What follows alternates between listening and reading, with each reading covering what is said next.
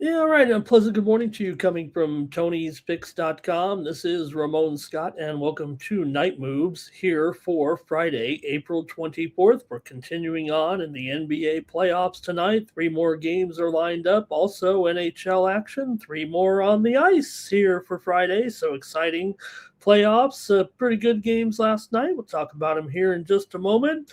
We'll recap the NFL draft. We'll talk about how much money I lost trying to bet the draft. Just stick to the games, maybe, or maybe it threw me off on the games too. We'll talk about the action here from Thursday. We'll preview the 15 game Friday MLB card. Going to be a good one here. So thank you for joining me. Thank you for being patient with me there as I had a little uh, work to keep going on there. And I'm ready to go now here with Night Moves. And want to thank everyone for strolling in. We've already got a few folks in here, but we're going to recap some of the action while a few more people get here since I'm a little late again as usual. But got some great games to recap and make sure we are stay on top of the action here for the NBA and NHL playoffs right now after what we saw here on uh, Friday night in the NBA with our three games here, and it was the Atlanta Hawks beating the New York Knicks 109 to 108. Oh, the poor Knicks, man. You can lose by 20, you can lose by one. They still count as losses, and the Knicks now down here to the Hawks uh, 2 games to one in the series. So big news there for the Hawks taking that lead here and in control a little bit of the series right now. Nick's still got a chance to get one back here, get it back in Atlanta, but they win again here. Some spots Atlanta actually went off a 1 point favorite, but I think you can say they were getting one or a pick 'em there as they scored there the money over the Knicks and did a great job in that game, holding off the Knicks. Knicks that key turnover late in the game, and Atlanta comes away with the win impressively, 109 to 108. We had the under there in that one and did sneak over, uh, got just a tad bit loose there, maybe in the third quarter.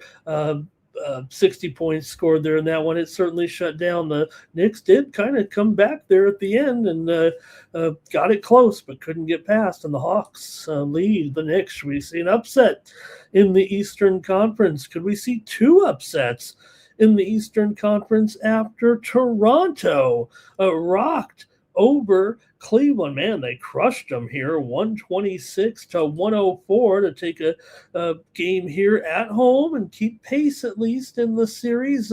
Still got a ways to go here for Toronto, but they did get the one upset for tonight. Anyway, it's 2.5 point dog there. Big fourth quarter for Toronto to put away the Cavs. I mean, the game was close throughout, and then Toronto just Cleveland. No answer there for Toronto defensively in the fourth quarter. 43 points for the Raptors as they put the beat down there on Cleveland. I had two premium pick winners on the props in that game there, and I'll cover that in just a moment. Also, the Minnesota Timberwolves over the Denver Nuggets, making one of the worst games of the season there for Denver. We saw the late scratch of Gordon. It was up in the air there certainly, but it was a factor here, and Minnesota wins at 113 to 96. It's a 1 point favorite, and they take the 2-1 lead over Denver here. I don't know if it's much of an upset right now. Minnesota's looking pretty good all of a sudden. We didn't get it done here. We did have the under, though, as our winner here on Night Move. So we did find one winner on the show yesterday, but not the best for me in the NBA here on Night Moves. But that was our one winner, the under in that game. Certainly was a big time under there. That inflated 234 didn't make sense. I mean, obviously the game script didn't make sense to me in the end with Minnesota pretty much handling Denver there. The money came pouring in actually on Minnesota late. We were on the show last night. Denver was a 2 point favorite. Minnesota went off a 1 point favorite. That was some hot steam yesterday, but nothing we could do about it here as Minnesota takes the 2-1 lead. I had a premium pick winner with Cam Johnson under there in that one. So we cover some of that here in just a moment. We'll go over to Tony'sPicks.com, but let me cover the NHL playoff action Here from Thursday night, and it was the Buffalo Sabres getting that win impressively at Boston 3-1. Did the job, man. Did Buffalo ever look like the Buffalo we've come to expect here? I had a premium pick on Boston. I like what we've seen from Boston at home, but I whipped on this one as Buffalo gets an important victory there to take a 2-1 lead, control the series now for the Sabres. Great job by Buffalo. I'm rooting for them. I mean, I was hesitant to go against Boston or to go against Buffalo because I've got them in a big future, but I just thought Boston was so strong at home and Buffalo very strong on the road, but Boston's home road dichotomy just made it feel like Boston had to get this one. And especially after they had already won one, but now Buffalo gets the series back and they are in charge here as a revenge with the road victory. Also, Carolina and Ottawa, it might be I don't know if it's the most boring series of the uh, 8 series or the best. Carolina gets the win. We had them here on Night Moves last night, 2-1. I mean, the score is going to be, we said it, I mean, practically automatic, 2-1 yesterday. We said 2-1, 3-2, 1 goal game, though, for Carolina, and they were able to get it done, man. Carolina here, 3-0. They're the only team that really, the Kings, too, but Carolina here over Ottawa. This series a little bit closer rated than the Kings series we'll talk about here in just a sec. But Carolina up 3-0 right now. It looks like a pretty big gap right now. Carolina, they're the top team in the Eastern Conference as far as the points this season were concerned. And, those teams in the Atlantic were good too, but Carolina's kind of just done it the whole time. And they've got a real good balance offensively and defensively. And they talk about how this series that has kind of evolved as a series played in the middle of the ice, and that's led to less opportunities, chances, and maybe some good defense and goaltending too, as Carolina in control there, and they're going to be a menace for going all the way here.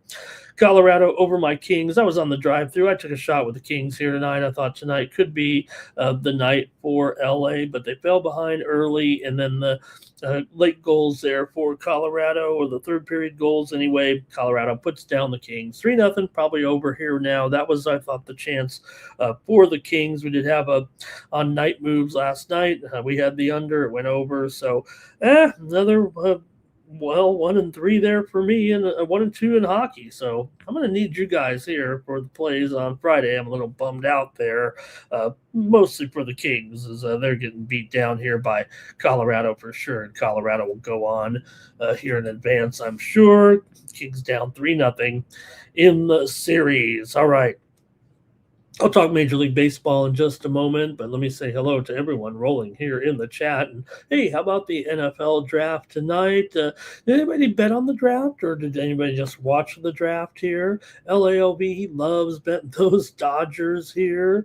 Glasnow, DeGrom would turn back the clock a little bit. Glasnow, though, I mean, look at his starts for the Dodgers here. Really, I mean, it's just uncanny here how he's been doing. Let's see here. Cal Dog is ready to go. Larry Martin's here with the big screen. And good to see you guys here working hard with me here on Night Moves. Also here, Cal Dog joining us. Bro God here, ready to give me some help, Bro God, the NBA here tonight with our 3 games so I can get some winners and be as solid as our cappers were today. Let me check out here who else might be rolling in. Bridges is useless, says Bro God. Bro God cash, though. Raptors, Moneyline, and Knicks. So, gosh, man, Bro God's doing it. Cal Dog talking about the New York Tricks, not the Knicks, but the Tricks. And Larry said Atlanta was going to win over the Knicks, and the Timberwolves are balling, he says, right now. And Cal Dog says, Sabres. Told you guys the Sabres were going to get there. Cal Dog says the Canes got those. That's just what they want to do, man. They're going to wear you down in there, right? LALV had that under in the Kings game as it was 1-0 there in the first period, right? And I can't bet the draft. So I thought I was, you got to wait. I tried to bet the draft like 2 days in advance, and that turned out to be a disaster for me. I pretty much lost all my draft bets. I guess I was having fun there, but let me talk a little bit about the draft and give you my synopsis here a little bit of the first couple picks around here. Anyway, I think the draft is always awesome. Larry's happy with his pick with the Bears. Kendrick Molo, hello, and we'll wait for just a few more people to come in and talk about these moves. I'm in Las Vegas, where the Raiders selected the quarterback of the future, but not the quarterback of the now. With Fernando Mendoza, you hear even the Raiders talk about it, the pundits talk about it. He's going to be sitting behind Kirk Cousins, learning. I'm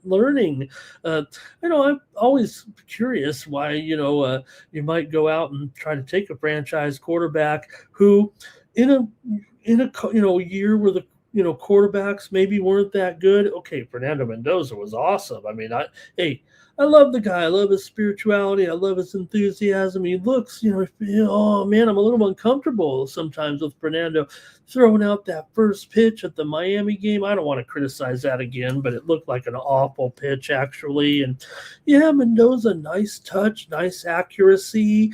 Obviously a gutsy competitor at the college level.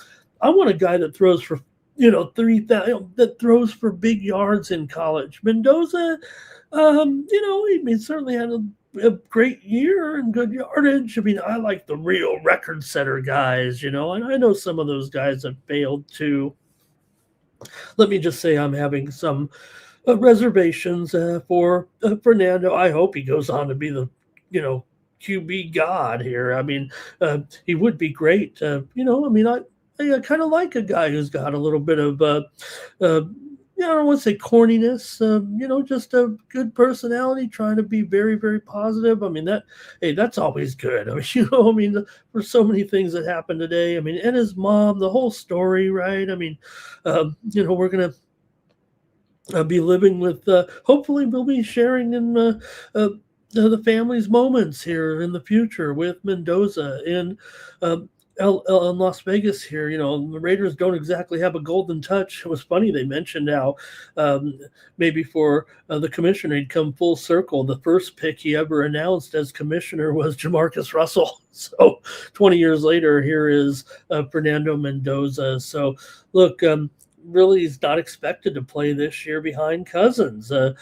You'd like to see him compete. Maybe he will be good enough. Maybe something will happen there, but there's really no plans to play him. So why would you do it? I mean, there are better quarterback. There are good quarterbacks coming in the future. The Raiders, they need help long term. Certainly, if Fernando goes on to be a Hall of Famer, then they'll have made the right choice.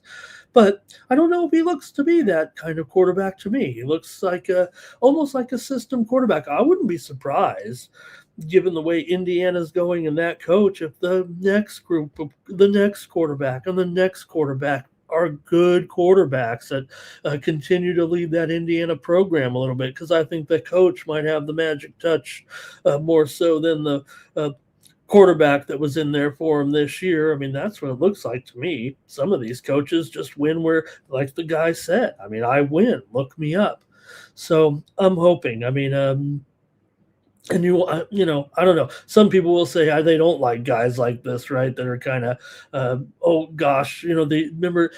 I don't want to even compare him to Tebow, but the personality is right on, right? The real spiritual guy. Hey, I'm a spiritual here, but it just feels a little bit like a reach. I want to say it now and be on the record because I want it to work out, and I want it to be something good for Las Vegas. He's going to be good for Las Vegas until, if he doesn't perform, it'll be just another disaster for the Raiders. I mean, not only going back to Russell, but think of the other problems they've had with their early draft picks. So I'm concerned and hope it works out, because, I mean, I really think he's a good story and a good dude, and he does have some talent, but he's going to be learning from. They said, hey, you got Kirk Cousins sitting there right next to you. He's going to lead the team this year. You want to go talk to Tom Brady? We think of all the things that Tom does, right? I mean, man, from the TV to the he's on every commercial now too. I mean, when does he have time to even work for the Raiders here? What is he really doing? So no problem if Tom wants to have me come by and talk to him and see what's going on. But I have my concerns, and hey, we're not going to find out for a year here. I mean, uh, Kirk Cousins a lot better option than the Geno situation. So maybe the Raiders can start to build a little bit. Maybe Fernando can get in there a little bit as well. We'll probably see him in the preseason, I would imagine, pretty heavily, and then wait your turn. All right, the Jets took a fierce pass rush guy in, David Bailey. He was expected to go number 2 or number 3. Arizona drafted a cornerstone running back in Jeremiah Love. I know I whiffed on my board, my fancy board that I had, but I did say Jeremiah is kind of a franchise back, and I think he is. I think he's got the personality, the moxie, the makeup. Unfortunately, he's been drafted by the Arizona Cardinals, so not even he can probably live up to expectations there, because that franchise has been a disaster for the last 25 years, so, or 20 years, whenever they were in the bowl. I guess that was about 20 years ago, right? Titans, who I wanted to see get love. I saw we were on the drive-through show and heard Joey Tron say he's a Titans man and he wanted love, and so did I, to go to. That was my big bet, actually. But the Titans go with a big play wide receiver, and to go with their QB now in Carnell Tate. Tate may have been overshadowed by Smith, but there's no doubt. I mean, getting him at number 4, that looks like a good situation there for the Titans, having a threat like Tate. I think he's going to be big. Giants add a blitz rusher in Arvell Reese. I don't know if he fell a little bit there. He was maybe going to go 2 or 3, but the Giants get the linebacker from Ohio State. The Chiefs trade up for the need.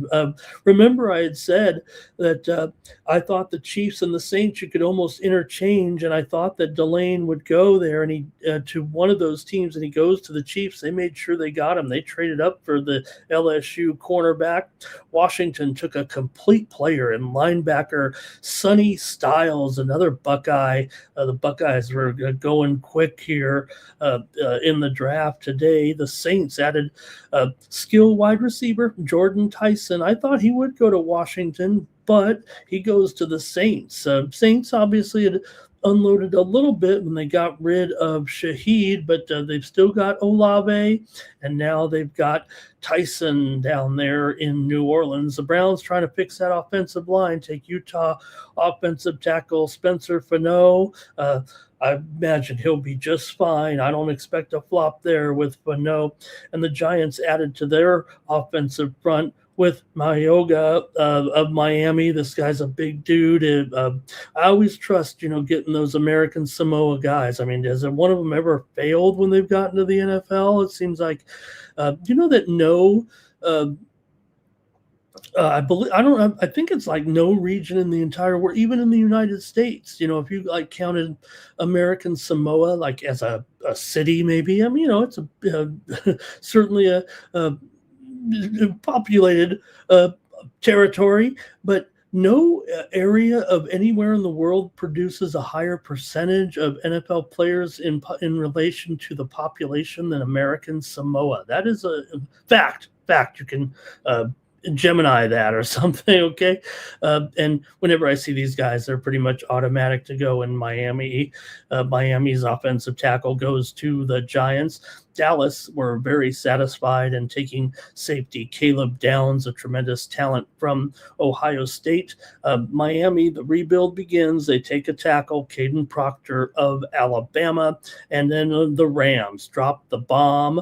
Wow, they took a top 50 guy in Ty Simpson of Alabama as they look for their quarterback of the future, with Stafford probably ready to wrap it up here soon. And if you think and you believe, then that's the way to go. Like I said, it feels like a down year for quarterbacks. So Simpson obviously looks like a winner to me, but does he have what it takes in the NFL? And the Rams will groom him, and we'll see him in a year or two as he kind of learns on the job.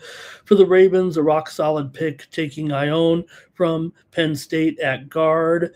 Tampa trying to fix their pass rush takes defensive end Reuben Bain from Miami. He was a bit of a dropper. It did seem like so. Miami maybe got some value there. If you look at some of the mocks, he was pretty much higher on a lot of them, and he fell, and so Tampa grabs him there. The Jets take pass-catching tight end Kenyon Sadiq of Oregon. The Lions, trying to fix an injured spot at offensive tackle, take Blake Miller of Clemson. The Vikings needed help up front. They take defensive tackle Caleb Banks out of Florida. Carolina, bit of a project here, taking Georgia offensive tackle Monroe Freeling. I mentioned him on the drive-through, and I thought that his stock was indeed rising a little bit, and he goes to Carolina. The Eagles add a pass catcher in Mekhi Lemon. Does feel like Lemon has what it takes to be an NFL receiver, and I think the Eagles at number 20 going to end up there with a good, solid player. The Steelers patching up that injured front. They take offensive tackle from Arizona, Matt Ianacor. The Chargers, my Chargers, they bypassed offensive line. Everyone was betting offensive line. They took defensive end Akeem Mesidor. Harbaugh and is not the type to let talent pass. He does not go usually for position over best available, and they took the defensive end from Miami, Akeem. Cowboys also kept adding with those first rounders up front. Malachi Lawrence of Central Florida, actually. The Cowboys, they continue to kind of win in the draft. It feels like they have here again. I mean, it always helps to have multiple players, but a player like Lawrence, from reading the data, reading the info, it does seem like, maybe got overlooked there with the Knights. So Cowboys, again, look like they had a winner here. Browns with Texas A&M wide receiver Casey Concepcion, they got to go for a little bit of speed on the outside. The Bears get a big-time back-end safety from Oregon, Dylan Thieneman. Houston, trying to fix their situation up front, took offensive tackle Keon Rutledge of Georgia Tech. Miami, fast track on the defense here as they continue to try to build, talking about what their needs are. They took my man Chris Johnson, cornerback out of San Diego State. Patriots needed the help up front, and they take Caleb Lomu from Utah, another Utah lineman. The Chiefs, a bit of a reach here, I thought, with defensive tackle Peter Woods. I don't know if anybody had him or not, as many had him in the first round. The Jets finished their opening night haul with wide receiver Omar Cooper. Look, Mendoza was good. Cooper was good. Yes, one makes the other.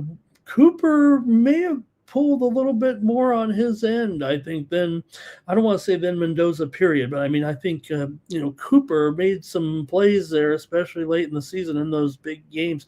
Titans help for their defensive front, take Keldrick Falk of LSU and Seattle at a hot prospect running back Jadarian Price of Notre Dame, who played with Love. So, look, the Jets, the Giants, and Dallas are to me, the clear winners here.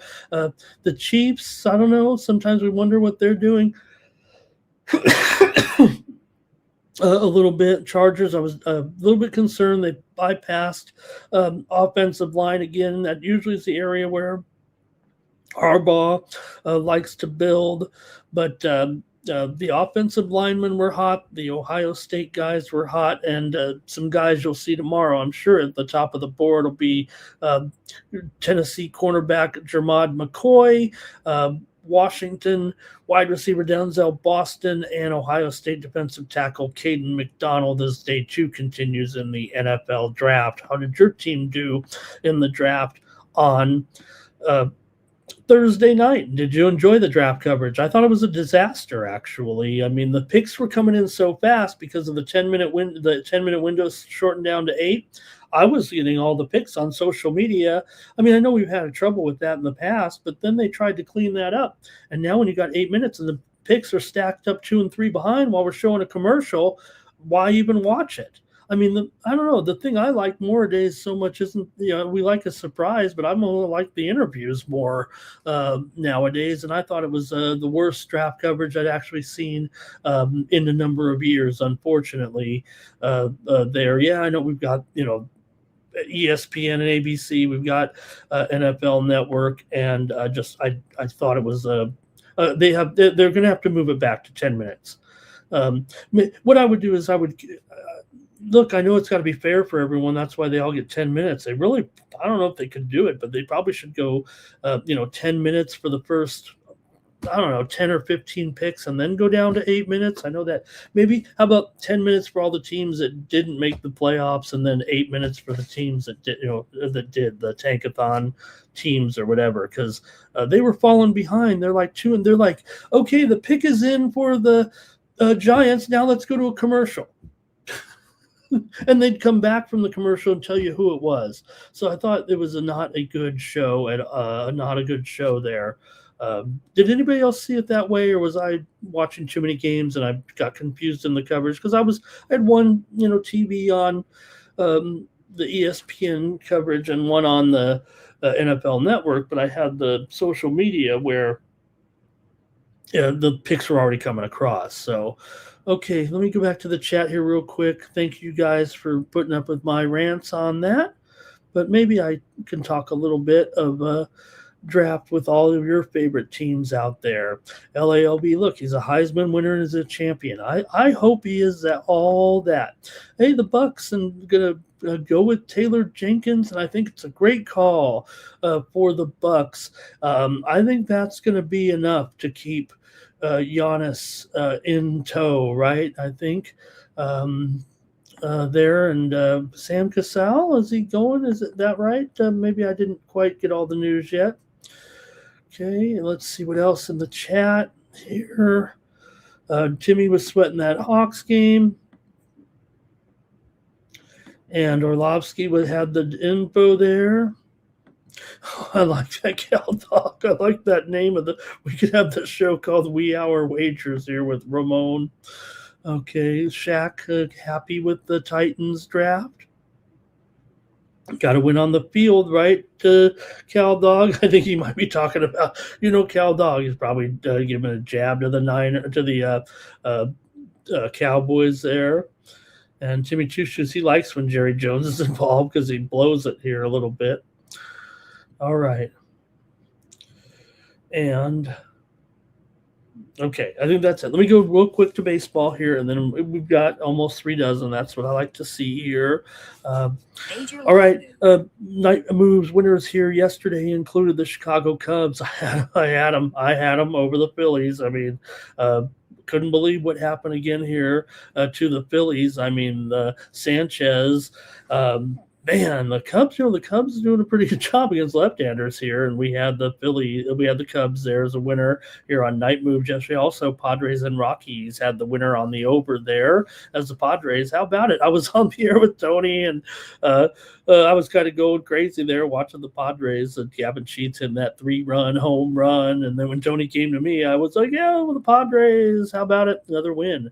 And the Dodgers do get their win, though, and beat the Giants yesterday. He had a night moves winner here with the Yankees and the Red Sox. Boy, was this the easiest series in the world. Yankees 4-0, 4-1, 4-2. They just pretty much handled the Red Sox in professional fashion all week long here, and we had the under in that one with the Yankees and the Bo Sox. Also, night moves winner here, White Sox and Diamondbacks game to go under here, as it was final score of 4-1. The White Sox with that late push and get the win with the 3 runs there in the top of the 9th inning to put down Arizona with great pitching from Davis Martin outdueling Soroka there in that one. Also, night moves winner here, Pittsburgh and the Rangers back on with the unders in Arlington, as it was 6-1, hanging out there by a half a run or so with DeGrom beating up on Chandler there yesterday. Hopefully you're checking me out on the Cover the Spread show. We had that winner there with the Rangers on the run line. All right. Thanks, everybody. Also got some great action here. We got Friday fixtures in soccer here on Friday. We got APL, we got Serie A, La Liga, all the solo Friday games, Berlin and Leipzig going, Real Madrid and Betis, Cremonese and the Napoli, Forest and Sunderland, some of the action here. And tennis continues here in Monaco for the men and the women. And let me see, I think I got one match here I'm going to give out right now. Let me also do a little bit of Aussie sports coming up in an hour or so. I'm going to take a look here with a tennis match on the ladies' side, and I'm going to take Pliskova here plus 2.5. This match will be at 5 a.m. Eastern time, 2 a.m. Pacific, in about an hour from now. Pliskova plus 2.5 games over Sakari in Madrid, and also NRL rugby just about to start here right now here with I'm taking their warm-ups are going on right now here. I'm taking North Queensborough. I'm going back to North Queensland, North Queensboro, North Queensland here, Cowboys over the Sharks. I'm taking North Queensland here, and I'm going to go under 52.5 here in NRL action. This game is just about to start, just moments away, with North Queensland, the Cowboys over the Sharks tonight is my pick, and the under 52.5 coming up in 1 hour. AFL action, and I like Melbourne Demons minus 37.5. Over Richmond, and I like under 183.5. So that's I'm going to take the Melbourne Demons here over the Richmond Tigers minus might be 38.5, and I'm going under one. Man, this thing's going up. I see some 185s and 187s out there. I'm going under in that one. Kickoff is just about set here for the rugby match, and I think that's going to be it for the reviews and previews. I think we're ready to start here. Okay, let's see who else we got. Is that it? Okay. Oh, Larry said Sam would be a good fit. Yeah, I don't want to. The Bulls, I guess they've been failing kind of with, go with a first timer, maybe a little bit with the former player there. Maybe that could be something that could work for the Bulls, because it doesn't seem like it has worked out the last couple of ways they've been trying to do it, right? Okay, they're underway in the rugby match. Okay, let's get ready for our matches, because we've got 21 games to preview here on Night Moves. Let's get going with the NBA here on Friday night. And we've got here the Boston Celtics are taking on Philadelphia 76ers. Celtics are favored by 7. Total 219 here in this one. Series knotted up at 1. Remember, the Sixers have a road victory here over Boston already to have home court advantage in their favor. And look, I thought you look at the series history, these two, Philadelphia, not just this year, but, yes, has Boston been the better team over the last ever? Yes, of course they have, but Philly's had their share of success against Boston now. They've covered 4 out of the last 6 meetings between the two teams. Of course, I keep mentioning they had a win earlier this year at home against Boston, 102-100. So it's I think 2-3 this year for Philly against Boston, and for Boston here, yes, they've won 14 of their last 18 overall, 7-2 against the spread in their last 9 games overall. Philly, though, they've won 4 of 5. They've covered 4 of 5, and 5 straight meetings between these two teams have gone under. Philly's gone under in 8 of their last 9, and Boston's got under in 5 of their last 7 here. So, look, we know Boston already has been a monster under this year. They were 30-52 in the regular season to the under, and Philadelphia was 15-23 to the under as an underdog. So I don't know. Everything screams under about this game. I mean, not to mention it's a playoff game here right now, and so far the unders have been scoring pretty big time. I don't know if I mentioned it yesterday in this fashion. However, this regular season was the highest scoring regular season in the NBA in 50 years. However, the unders are crushing it here right now in the NBA playoffs. So 219 seems too easy for me. I think I want to go with the under here in this one. Look, Philadelphia, I mean, have got to be pretty live here. They play very, very well against the Celtics at home. Boston's a better team for sure. But look, I think that for a playoff road spot, it's a little bit inflated here. Philadelphia's got those good numbers. Sixers offense is still capable. I know we're missing Joel Embiid. No indication that he's going to be ready, unfortunately, for this one. But, and I know I've said, oh, you got to have Embiid in there if you're going to win. Well, yeah, they might need him if they're going to win, but they could handle it here, I think, to cover this number is what it feels like here at 7.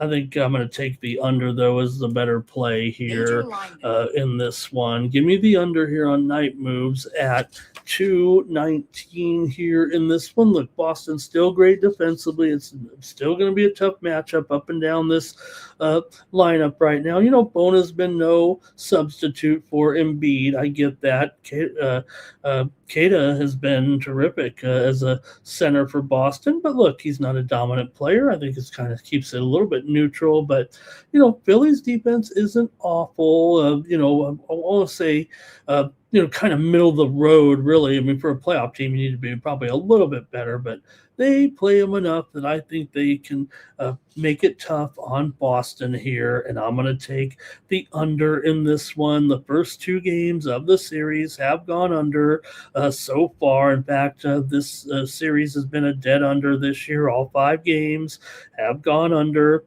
Some of them were a little bit, well, even when they had a high total, the first 2 games of the season, back when Philly won 102-100, the total in that game was 230.5. But, that's when the totals were high and everything was going high and crazy. So I'm going to go under in this one. Let's see what the chat has. Not much so far. Playoffs are making everybody a little bit nervous. Cal Dog is on the Celtics here. But Brogod says Boston, the points, major bounce back. And do they need it here? You're really behind in the series right now because you've lost a game at home and Philly's at home here, but you're favored by 7. You've got to win this game if you're the Boston Celtics. Sixers on the spread and under here, I think, for Larry. And hey, there's OU. It says anywhere Tony tracks his plays. You know what? I'll show you here in just a moment. I guess I missed the cue. Boy, did I blow it, man. We never went over to Tony'sPicks.com, man. Tony's going to take the show away from me if we don't promote the site. I'll do it right here, OU. Let me cover this game. What a bozo.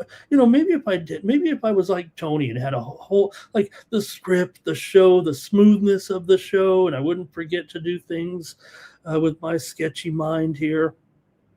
Timmy says Paul George for 3 threes. He gets his attempts, and the Celtics defend him, but he still likes him to hit. Because I want to talk about my prop winners from yesterday, and I'm going to come back here again on some props today. I'm enjoying playing the props over at Tony's in the playoffs. Because playoff games, you're just going to always be able to break them down a little bit more. Celtics need to smash before Embiid gets back, right? It's going to make a big difference here when Embiid comes back. We take it for granted. Look, I know we're hard on Embiid sometimes, and yeah, maybe he's not the toughest guy out there, but he's a great player. Ponzer, nice Ponzer. He likes the Celtics comeback. He says, don't overthink it here. I don't know. Really to cover a number like this, but like I said, no Embiid. Shaq says, Shaq blind under here. Pritch for 5 assists. And Cal Dog, right? But Cal Dog, we can't miss the promo. Okay, let me do it here because I don't want to OU 58-54 to leave, and if he wants to. So let me go real quick. I'm sorry about the interval here in the middle of the show, but I blew it. Okay, we're going to go over to Tony'sPicks.com. maybe it's, the draft, talked about the draft, right? And I'm talking and talking. But let me go over and show you how we track the picks over at tonyspicks.com. We do have it full on tracking here, and that's why I'm on this website, actually, is to track the picks and have them out there for everybody to see. Let's go over to tonyspicks.com and see who did well on Thursday night. There it is. And it's Rod. Oh, I'm on the wrong page. Here we go. Sorry, Rod. It's Rod Zawacki. They're 4-0 with some underdogs there on Thursday. How about David Racy? Nice there, 64% for David, 3.25 units of profit. Scott Double Shooty, 80%, up over 3 units. Tony T, he only went 3-0 again. Tony is having a great run right now, and throughout the years, we know Tony is known for his consistency, but right now, man, Tony is really seeing the board well. Tom Regard, this guy's a dynamo. He's continuing to see the board well right now, up 2.5 units of profit today. Bo Dunn up 2 units. Al Ninos up 2 units. Stacks McKelvey up there, up nearly 2 units of profit today. Tony's Picks VIP account winner Ron Hahn 1-0, Joey Tron 1-0, Stephen Duncan 2-1 yesterday for the last 7 days. It's Nick Lagarettos here, really impressive right there, 71%, up nearly 15 units of profit. Tom Reghard, there it is. I told you, almost 8 units of profit. David Racy over 5 units of profit. Solo Malone almost 5 units of profit. Al Ninos continues his roll, 3.5 units of profit. Bo Dunn up 3 1/3 units of profit. Mills Young up 3 1/4 units of profit. We got UFC coming this weekend with Mills, with those featherweight main event, Aljamain Sterling and Yusuf Zalal, top 7 contenders on Saturday from the Apex here in Las Vegas. The VIP account up nearly 3 units. Jorge Gonzalez, my Las Vegas brethren, up 2 3/4 units of profit. KT Kevin Thomas up over 2.5 units of profit. Tony T's got a couple of units of profit here. Damian Sosh, almost 2 units of profit. Double Shooty, also with 2 units of profit. Stephen Duncan and Ron Crawford in the green over the last 7 days. Last 30 days, Double Shooty up 14 2/3 units of profit. David Racy up nearly 14 units of profit. Nick Lagarettos, a basketball expert from Greece, he's up 13 2/3 units of profit. Tony T up nearly 12 units this month on the site here. And let me do it here. It was specifically asked about Tony, and he's so good here. You click on any capper you want. Look at Tony's great numbers here right now. Am I sucking up to the boss? You better believe it. And then you scroll down here. Here's his top plays here for the day. But then you scroll down, and then you'll see all of the previous results. I mean, look, you got Tony here talking about the under there in Pittsburgh. And look at these write-ups. They're terrific from Tony. You don't have to read because you can get them on this show. But you see here, winner here, winner with Toronto today, winner with Atlanta, winner there with Phoenix, and look at the run right there, 8-2 for Tony. And you can go back, all the way. I mean, there's 5,000 picks entered here. I don't know how much more tracking you want. And you can see all the results time and time again. And again, you click on Handicapper Leaderboard 2.0 and you get it any way you want it on our site. You can not only see here, and I just went all over the month, the year, but you can choose like, hey, I want to see if a guy, what he does when just betting spread bets. I want to see what he's like just doing totals bets. I want to see what he's like doing when he does a total on the late steam in Major League Baseball games over the last 30 days. Okay, look, there's not a lot of late steam. There it is, Bo, 3-1. He said, hey, I'm good on late steam. He's right. There's Bo there clicking with the late steam. So there is a bunch of ways you can choose. You can look at the guy's best bets as well, see who does best on their best bets this year in certain sports. So it's just a great way to be able to track everything. And, you can narrow it down so you can see specifically, hey, I might want just an NBA, an NBA total from someone or something like that. So, all right, that's going to take care of that segment. We got to go back over to handicapping the games. Use the promo code Tony T at checkout. To save 15%. Oh, almost forgot about Ramon Scott. let's see, I didn't quite make the leaderboard there. I thought I had a pretty good day, but I did have a couple of tennis losers here. Want to make sure I get this in. Man, what a busy show. Okay, here we go. Oh, I'm on the bottom. That thing's an algorithm, by the way.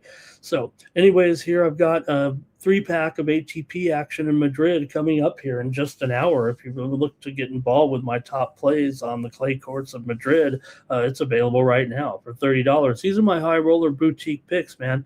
You might see me on some other shows and some other channels, but right here is where you get my best bets. I mean, take a look. The $30 plays here, these are the ones you're going to go double fisted to the window, grab your apps, and watch the tennis here with me in the middle of the night with 3 plays from Madrid on the clay. Everyone says the clay is my best surface, so also I got a WTA best bet Friday discount there for $19. So look, when you're paying $10, $20 a pick, you know what to do. You got to go. You got to cover my cover the labor here, and these are my top plays. So that's why here at Tony'sPicks.com, you might want to get with the 3-day or the 5-day. There you see the matches that I'm on here right now. And the thing about my plays here at Tony'sPicks.com, and you look at my success in tennis, you're not going to click on that thing and pay $30 and get $2 favorites. I am picking the closest rated matches every day, the ones I feel strongest about. I mean, obviously, I don't do them all. There are more closely rated matches. You can't do it like that. But I look at the closest rated matches. These are the ones that people, want the most assistance with. And that's what I pick over at Tony'sPicks.com. Okay, here we go. I swept the board and the props here. No, I'm sorry. 3-1. Okay, 3-1 on the props here. I had Cam Johnson under 18.5. That was a big time winner. I said, look, it's a tough matchup against McDaniels and company. You heard what McDaniels said. Right? You heard what he said in the interviews. He was trash talking, and these guys said they're terrible, basically. Cam Johnson got shut down by McDaniels and company there. Also, I went with BI under 29.5. He finished with 17. I said, my write-up says BI has some serious issues in this series. Taking just one field goal attempt, can't find his rhythm. It's been a rough series for BI there a little bit. Also, I had Jared Allen under for the Cavs. So, hey, I went on both teams kind of under in that one with Allen. I said on the road tonight. I said they've been in a rugged match up there. Did lose with Jalen Johnson. He had a nice game, no doubt about it. Let's see, lost here with the Sabres, lost with the Nats. Tennis winner here with Cerundolo over Altmaier there yesterday. Also had a tennis winner with Vallejo over Dimitrov. But, oh, man, Ann Lee came back to defeat Alicia Parks there. And I did go against Naomi Osaka for bad on me. I figured that Osorio would have a little bit of advantage over Osaka there. So those were my plays over at Tony'sPicks.com. Man, I wish we would have done it in good order. That's going to make the chief editor mad at me, but let's keep it going right now. I'm ready to go back to the action. Sorry about that, gang. That's why they put me on the air, is to make sure I promote this. So let me go back to it here. We're going to go Lakers here and the Rockets next up. And let's see here.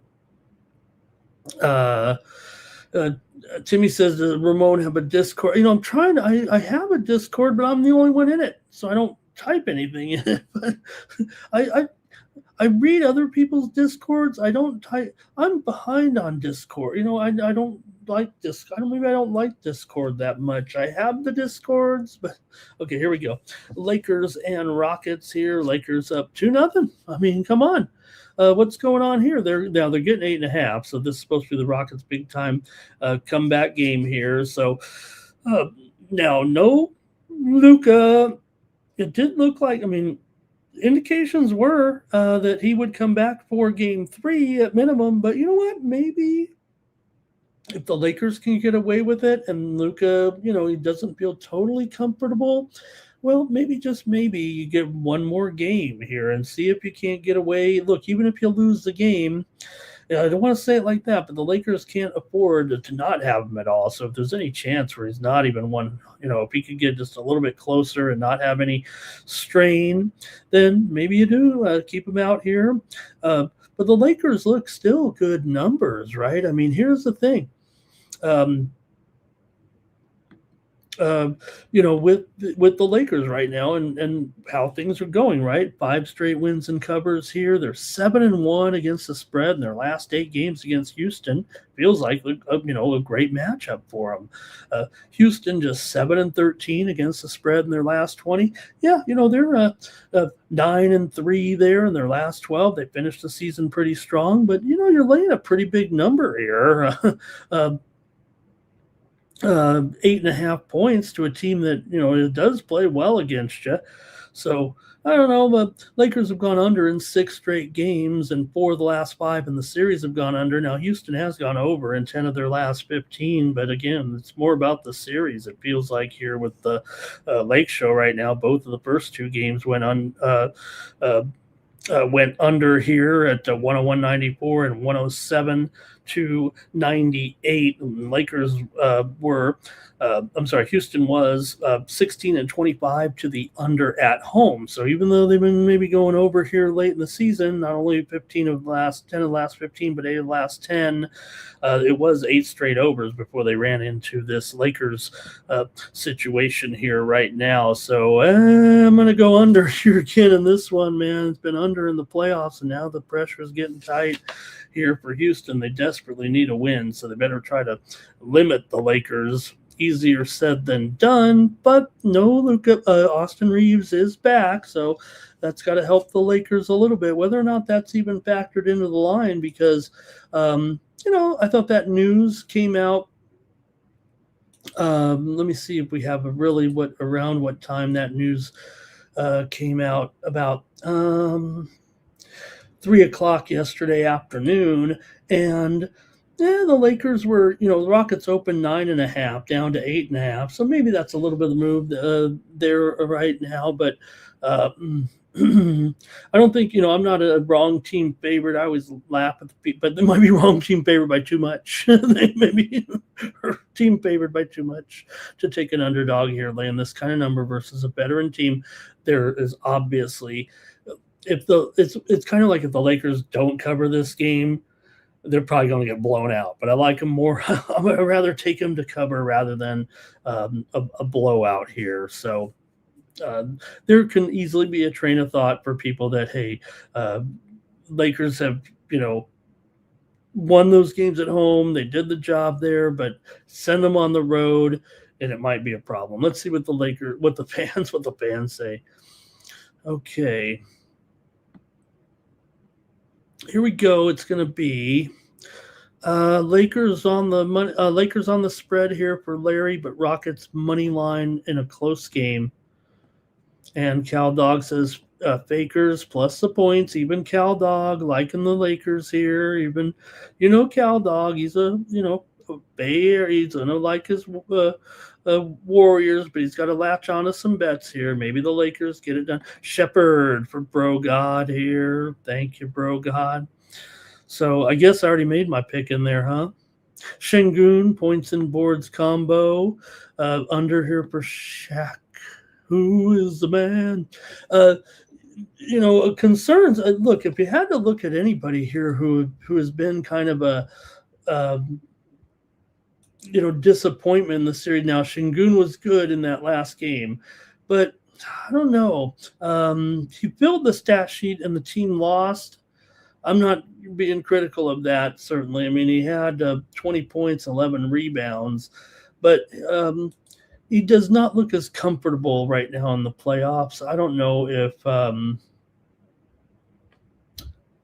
if you can look at it from look, he's going to be great. He's going to be great in the years to come. I mean, these guys got a lot of growth here still to go, and he's already a big time player. For KD, here we'll see. I mean, he's still iffy with an ankle issue. So will this line, move once KD is ruled in officially? Down to 8.5. I don't know if the line move is necessarily in relation to that, but I think there's some. That ankle is certainly something where it is of concern here a little bit right now with KD. I do feel like the situation is, like I said, iffy is kind of I don't know if that's an official injury status, but returned from that knee injury in game two, but now he's got a left ankle sprain. So uh, that's probably why. Let me go back to Brogard here. I mean, this is probably what Brogard has to be thinking. I mean, Reed Shepard's set to return to the starting lineup if that happens. So you might want to get him now. You might even think Shepard gets the boost um, if KD has to be a little bit less active, maybe he needs a little bit more rest time between shifts a little bit there. So Udoka said that Shepard would see increased minutes there. He was limited to 11 minutes in the last game, so you got to figure Shepard here more minutes. Okay, that might be it from you guys, and I'll take another under here in this one. Look, I want to say, when you just went 1-2 on your, I'm probably going to come back with some unders. I mean, and I'm not saying the blind under like like Shaq was saying, but I looked under first, and if it seemed like under, I'm probably going with it here. Şengün's always there in the paint. Şengün over KD. Yeah, it feels like Şengün just a little bit uncomfortable out there. Okay. What a storylines here. Spurs, Blazers, Spurs, no sign that Wembanyama is going to be available here with that concussion. It's funny that, remember, never tell anyone you hurt your head. Wemby's a honest dude, but I thought he had like a broken jaw or something, right? Because you saw the replay and and then he calls his he calls his teammate. Who was it? Who was he talking to? And he whispered, you couldn't see what he said, or because he actually, it's like. But did he say probably something effective like I hit my head, I guess is what he said. But I thought he was going to say like, I smashed my teeth or something like that. And, I didn't know it was going to be a concussion. He went face first. But once you say concussion and then you've got the independent, you got to go through not only your own team, but you got to get a review from the league, I guess, as well. So he's still questionable here right now with the concussion and the official injury report here. We'll see what happens, but he could be available to play despite the fall. He must clear protocol before he can suit up, and if that doesn't happen in time, Cornette would start at center. Cornette did roll with the first unit in 25 games this season, averaged 7.8 points, 6.5 rebounds, 2.2 assists, and 1.4 blocks. But Wembanyama did, of course, travel with the team here, and we'll see what happens. It really feels bizarre, right? You'd think a concussion, but it's kind of a, they said, I don't know, 48-hour window is kind of thing, right? If you have a concussion, even a minor, they take the 48. So it's almost like he's in there, right? And he could be in there. And hey, if you like the Spurs, now's the time. I mean, the line will certainly move with his announcement he's in. I mean, this may have a little bit of build in it that he is going to play possibly here. But, you'd think the Spurs would be a bigger favorite right now, even as good as Portland has been here so far and able to steal this home court advantage like they have. So we'll see. But I'm going to, I kind of got to think Portland here. I just might want to wait. I might not go officially here right now because I just might want to wait a little bit and see if we get the Wemby news. I'm not that guy that says, hey, I need to know who's in, who's out. But it would help in a game like this, obviously. But you can anticipate. If you like the Spurs, I think you're supposed to take them now. If you like the Blazers, you might wait to see if Wemby's in there. Obviously, if you don't like the Blazers, when Wemby's in there, you just take him now anyways. But you guys can comment on this one in the chat, and we'll see what you guys have. But take a look at it from just the perspective of the fact that the Blazers have won 7 of their last 10 coming in. They're a little bit hotter here than the Spurs, if that's possible. But Portland, 25-16 against against the spread at home this season. The Spurs 24-18 against the spread on the road. They won 7 of their last 10 against Portland, but Portland here has won 4 of their last 5 coming in. Spurs still have won 15 of 18 coming in the game, 4-2 against the spread in their last 6 overall. Portland has gone under in 8 of their last 11. San Antonio's gone under in 8 of their last 12, and 5 straight meetings between the two teams have gone under. San Antonio was 18-24 to the under on the road. Portland 18-26 to the under as a dog, although they were 25-16 to the over at home. But there's too much under again here, man. Too much under. I'm going for the clean under sweep here. What a boring life I lead. Give me the under in this one. Before I even go to the chat, I'm just, hey, it is what it is, said the wise man. Here we go. Let's go to the chat. I've already made my picks on the under in every game. Okay, no wonder no one's tuning in. Okay, Cal Dog's on the Spurs here. Bro God says take a Villa over in his points. Man, Villa is the most overlooked star in the league, it feels like here right now. Shaq.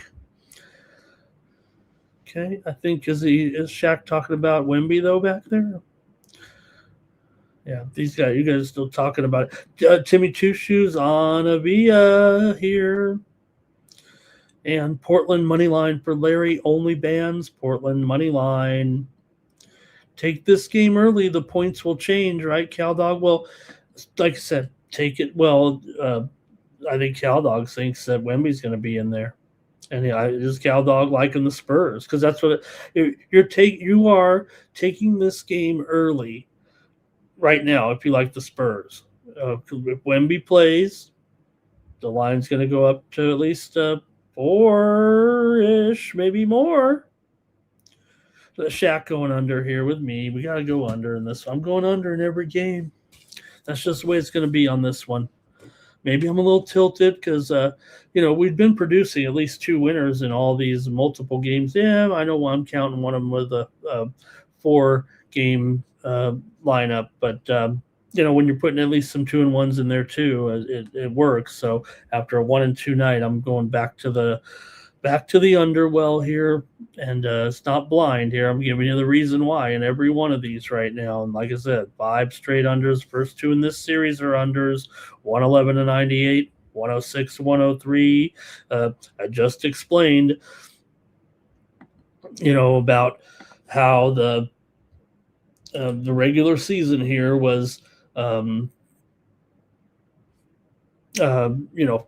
highest scoring regular season here in 50 years. Now, to be fair, yesterday the overs did go 2-1, but here so far for the playoffs right now with the unders are currently 14-5 here to the under so far this season, this postseason. 14 unders, 5 overs so far here in the postseason. Unders continue to dominate. That's it for the NBA. Thank you, guys. And we will go to the National Hockey League now. 3 games on the ice.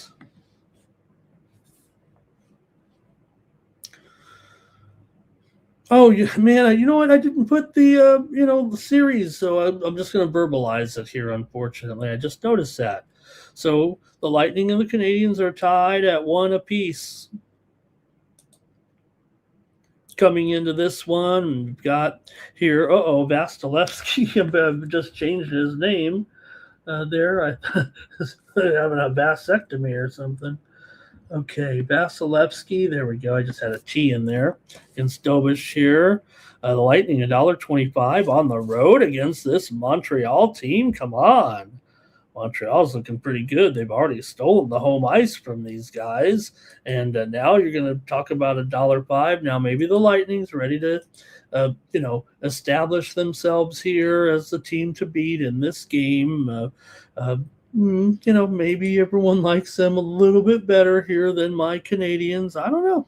Montreal has having obviously a great season here right now. I mean, they're no slouch from what they did in the regular season. They basically these two teams finished tied. So doesn't the home ice count for anything? Is Tampa Bay just better than them, and Montreal got lucky to finish in a tie with them this season?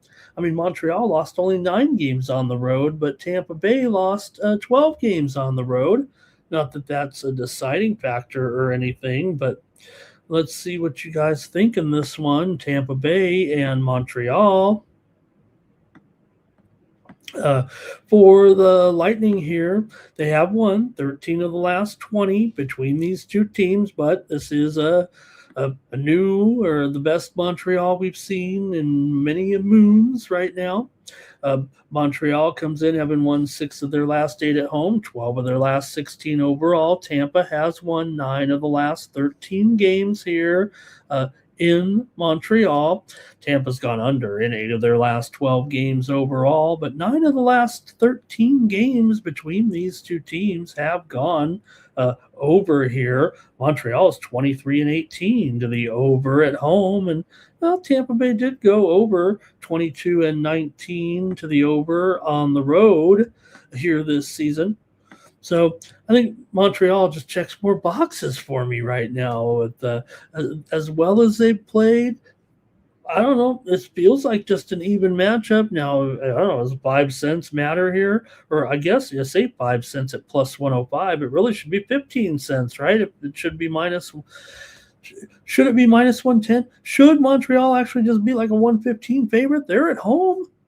These teams were dead even in the regular season. I know Tampa's got the overall championship quality experience. I think that's what you're paying for here with Tampa. But does that really mean anything right now in this particular season? The way things have gone. Okay, Montreal did win the first one 4-3. Montreal also won in Tampa 4-1 back on March 31st.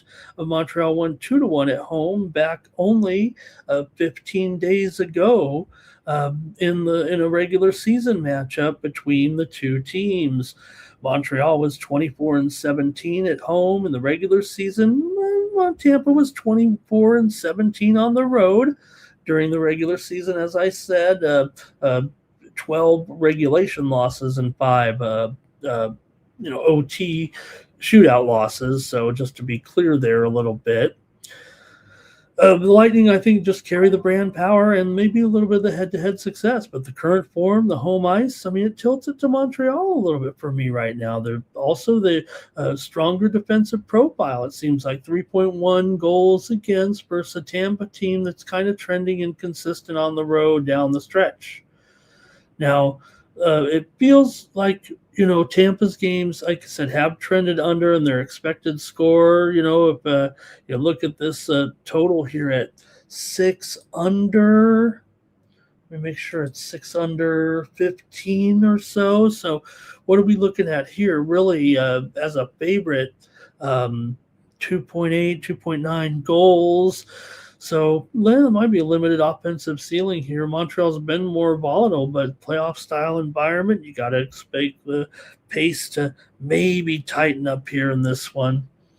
Let's see what you guys think in the chat here with Montreal, and it's about as even as you can get. Let's face it. Okay, here we go. Thanks, Bro God. Thanks for helping me out on the basketball. Okay. Timmy says Montreal. Montreal's going to torch them here. It's going to be a big night for Montreal. And will there be another fight? It used to be a thing where we didn't really fight as much in the playoffs. It feels like we're back to fighting a little bit in the playoffs. the fight seemed, it was just more respect. There wasn't as many fights in the playoffs. Right now, it feels like there are more fights in the playoffs than there have been in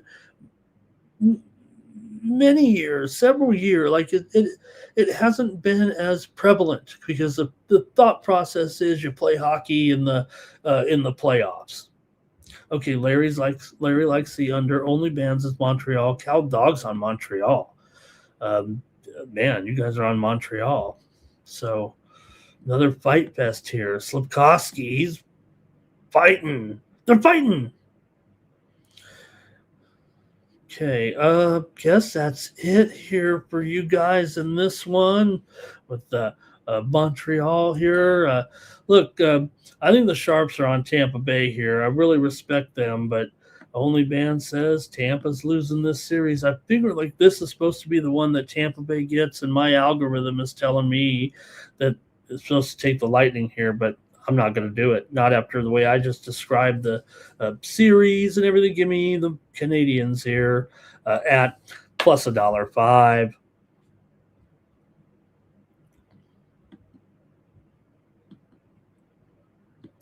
Okay, let's go to the West now for our two games tonight.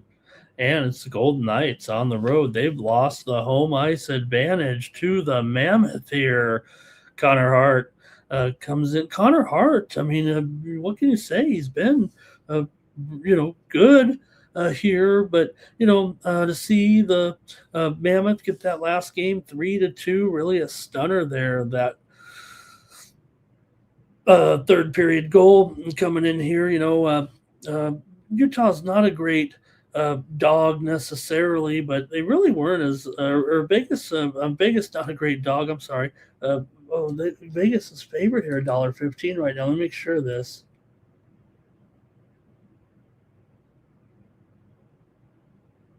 Yeah, Vegas slightly favored, $1.15 could be a little bit of a pick 'em. So let's. I'm probably going to drop the favoritism role for either of these teams here right now.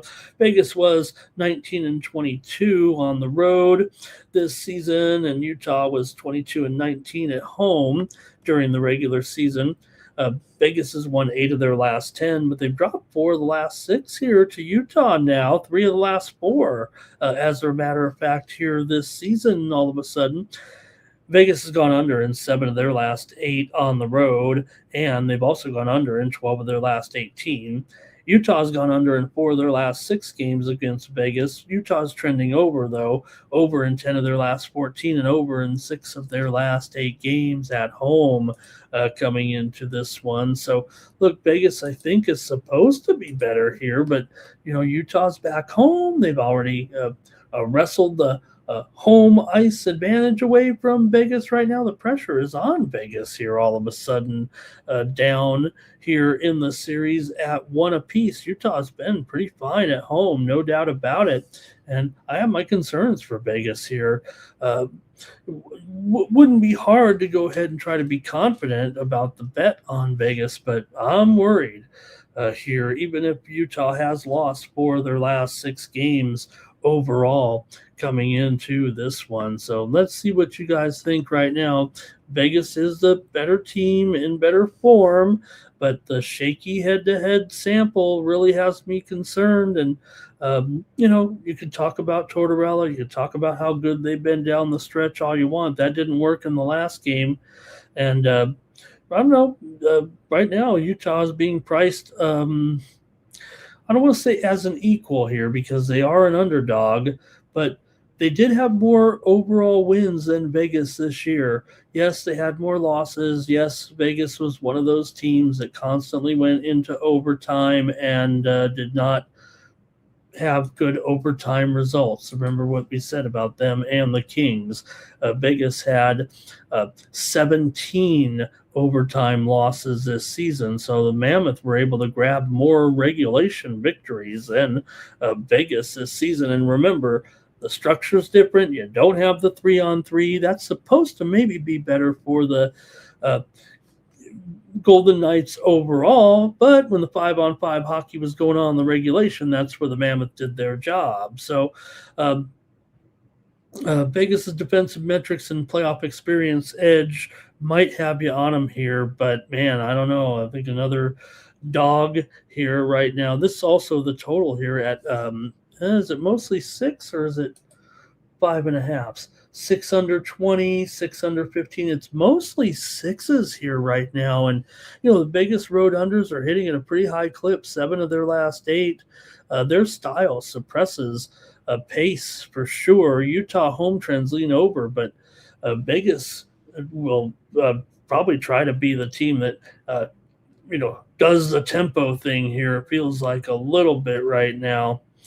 All right, I'm going to take the Utah Mammoth here in this one. Give me the Mammoth here at a little underdog price.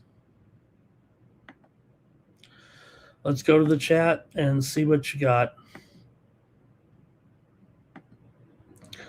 Okay, here we go. Mammoth again, says Cal Dog. Timmy Two Shoes, he's on Utah. He said the new coach bump thing is over with now that you're playing a tough team, right? Vegas money line, Kings 0-11 straight up, coming back home after playing 2 or more away games tracked the last. Vegas money line, Kings, or maybe Vegas Kings. Okay, I'm not sure. Yeah, okay, he said my bad, wrong team. Okay, all right, let me skip that one for now. We'll let Jermaine come back with that. Okay, under here for Larry. I think, yeah, look to the under. Only bands like in the overtime. Here, an overtime candidate. All right. All right, I'm taking Utah here in this one.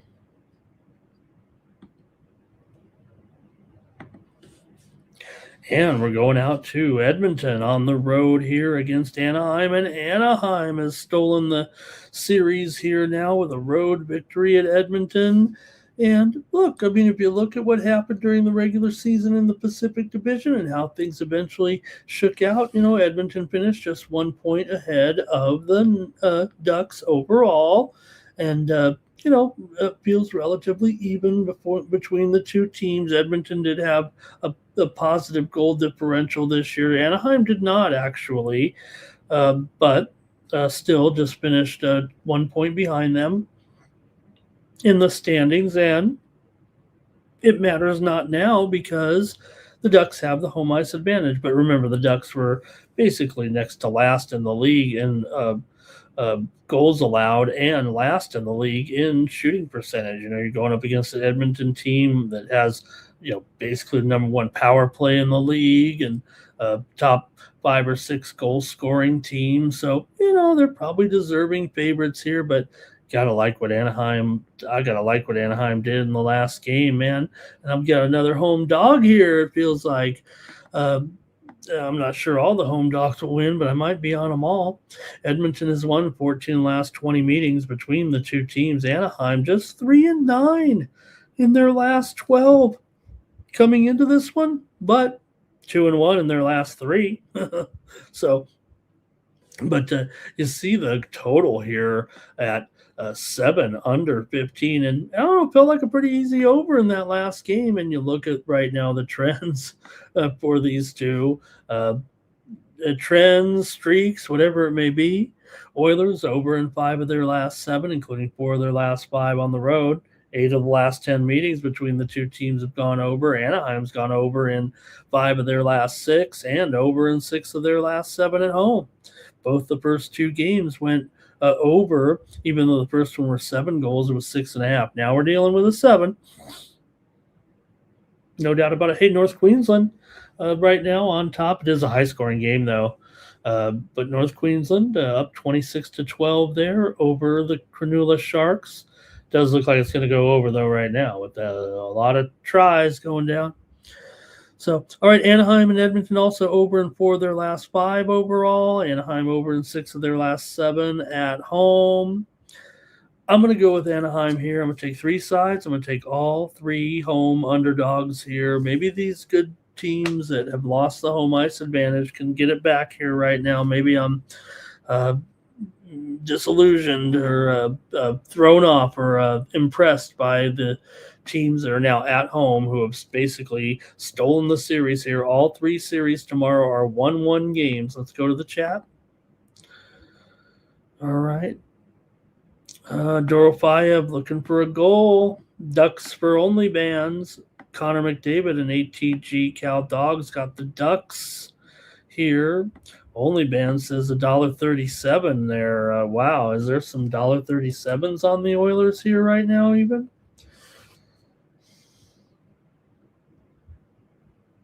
I do see some $1.35s here in Las Vegas.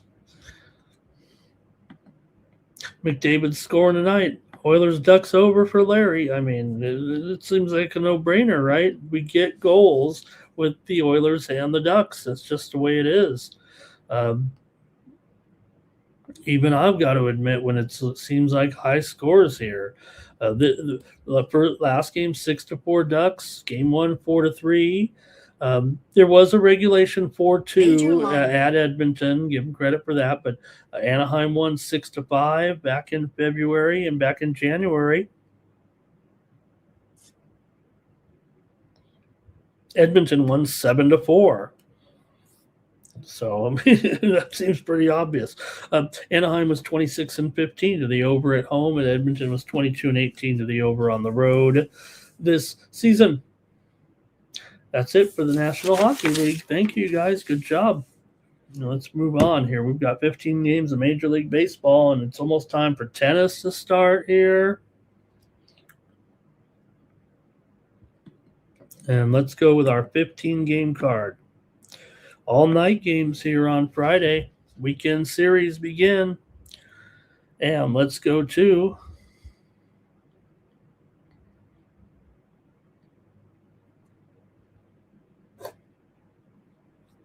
the Detroit Tigers on the road here with Framber Valdez.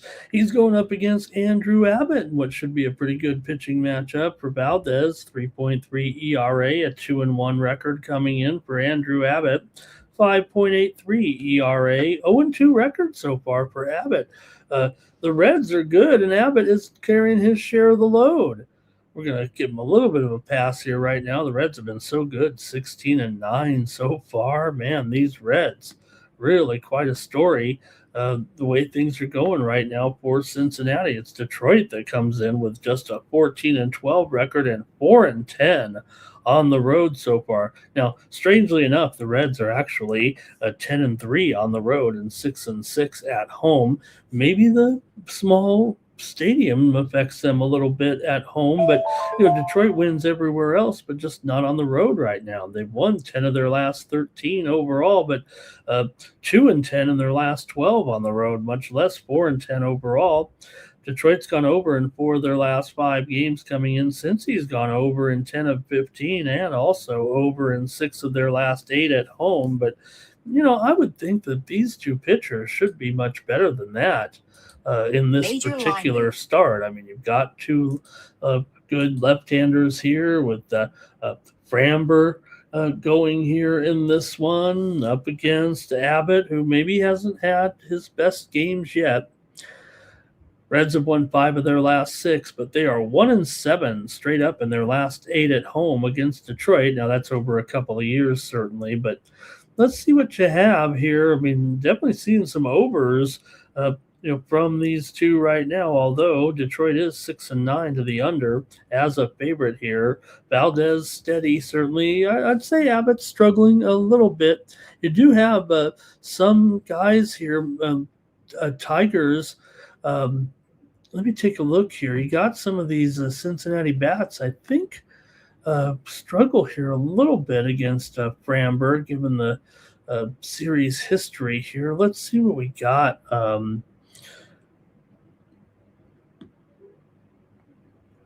Here, maybe a little BBP action here.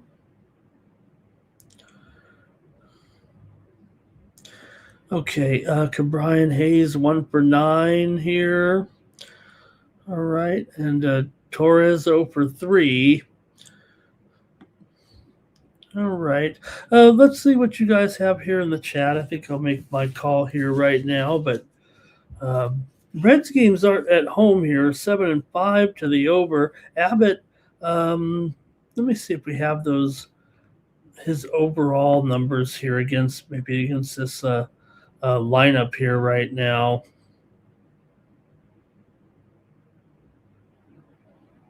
I don't have it here, but I know he is allowing a high average here. I think he's allowing a 311 batting average so far this season for Abbott. So, it's not quite as excited as I've been with Abbott here right now, but so far the numbers have been a little rugged uh, here at this point for Abbott.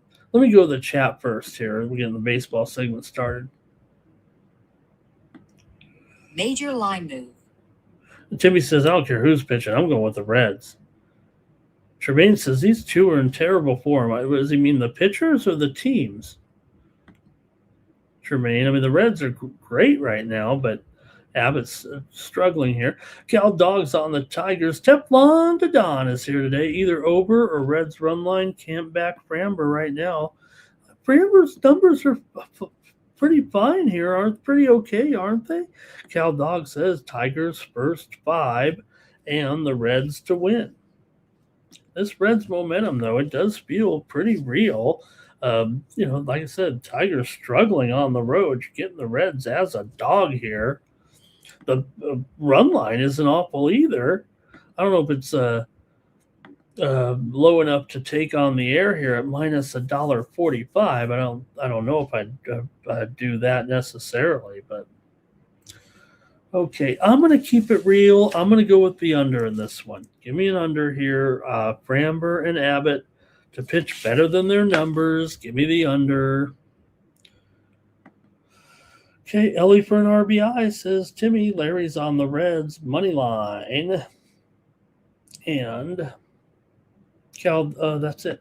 Okay, moving on here right now. Next up, we've got the Red Sox on the road. Brian Bello, 6.75. He has not looked good here so far. Meanwhile, Brandon Young, we'll see here for Young. Doesn't have an ERA right now, a 0.8 whip coming in for Young here right now. And let's see what we got in this matchup here.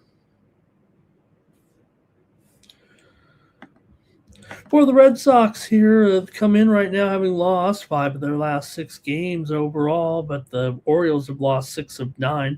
Boston's actually won 4 of the last 5 meetings between the two teams coming into this one. Baltimore right now 9-6 as a favorite so far. Boston is an underdog, 0-5 here right now. Not only that, they're 4-8 on the road. We know they've struggled here with a 9-16 record.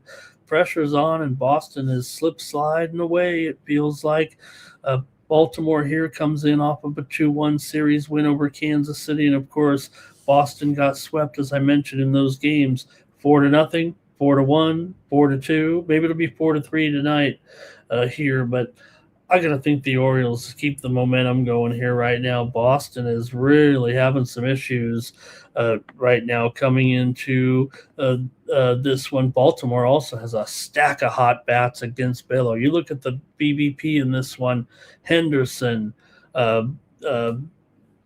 big numbers here for Henderson. Beavers, who's only hitting 226, he's got a chance here. Jackson as well. All these guys. Let me see here.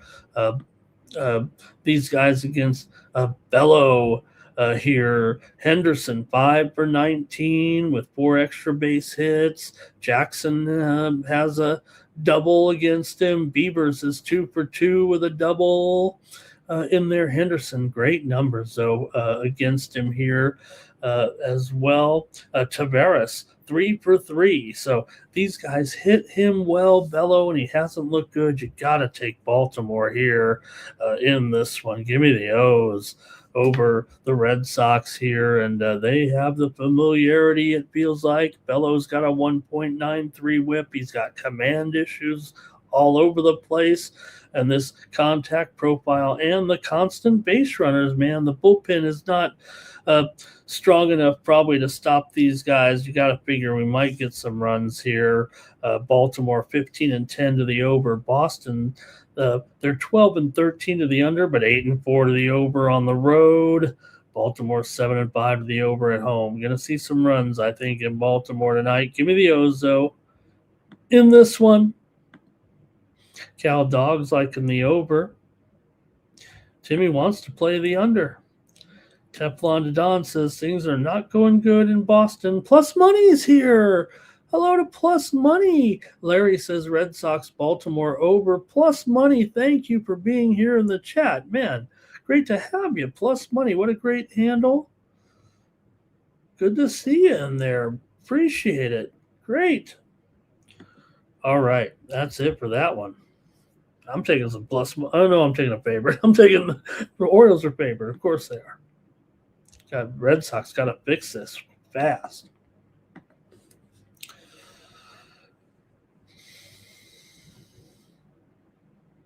All right, the Guardians here and Gavin Williams, 2.12 ERA. Williams has looked good here so far, 3-1 record.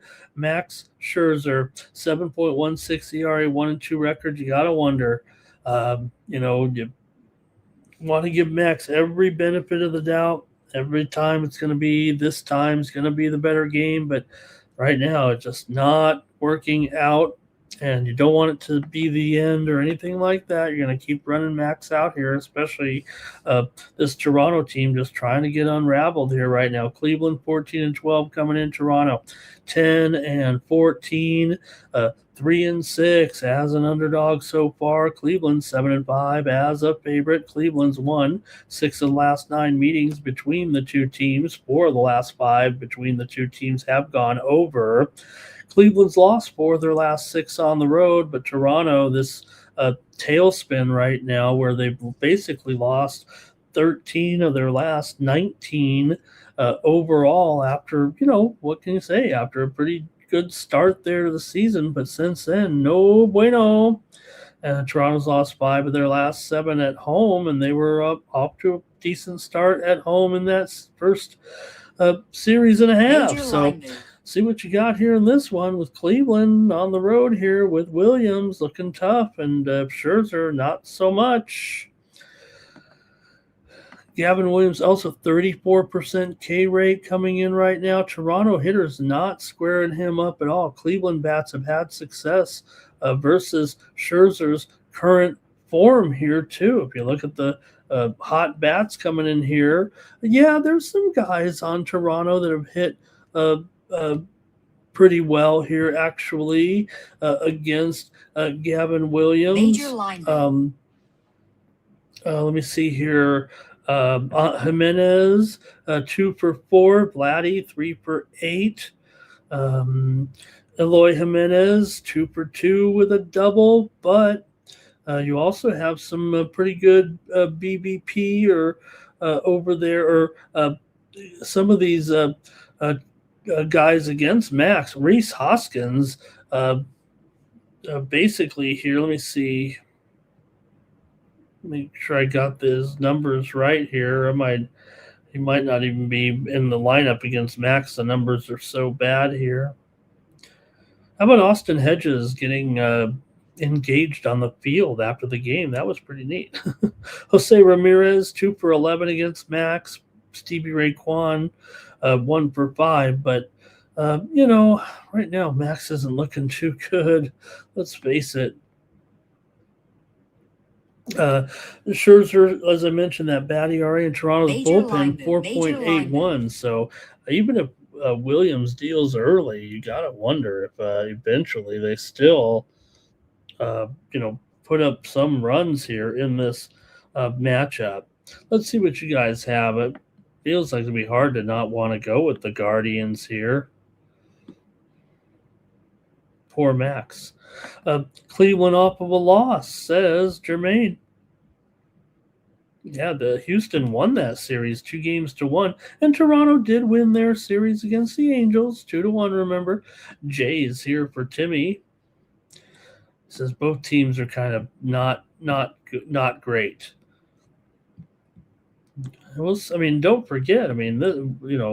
This Toronto team. In case you missed it, they were in the World Series last year. But all right, Cal Dog says Max get pulled early. Larry's got the Indians here in this one. You'd think by now they'd be back to being the Indians. Can't the president do something about it? You'd think this would be like a top priority for the president. Bring the native nicknames back. Should anybody just tell them in a press conference and then set it in motion and probably be making them change in the middle of the season? All right, I'll take the Guardians here. Max has got to figure this out right now, and I'm not sure that this is the spot to do it. And he's going up against one of the best pitchers, I think, in the league, in Gavin Williams.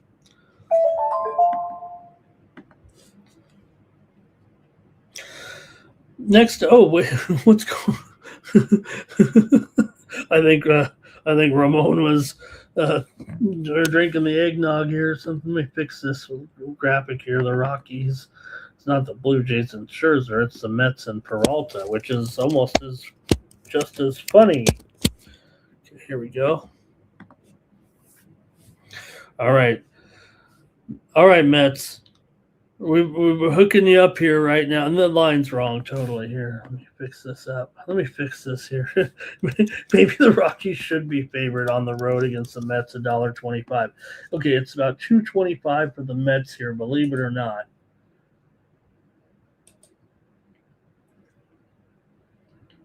And the total here is 7.5 under 20. Let me fix the graphic here, but okay, but it still doesn't make any sense, right?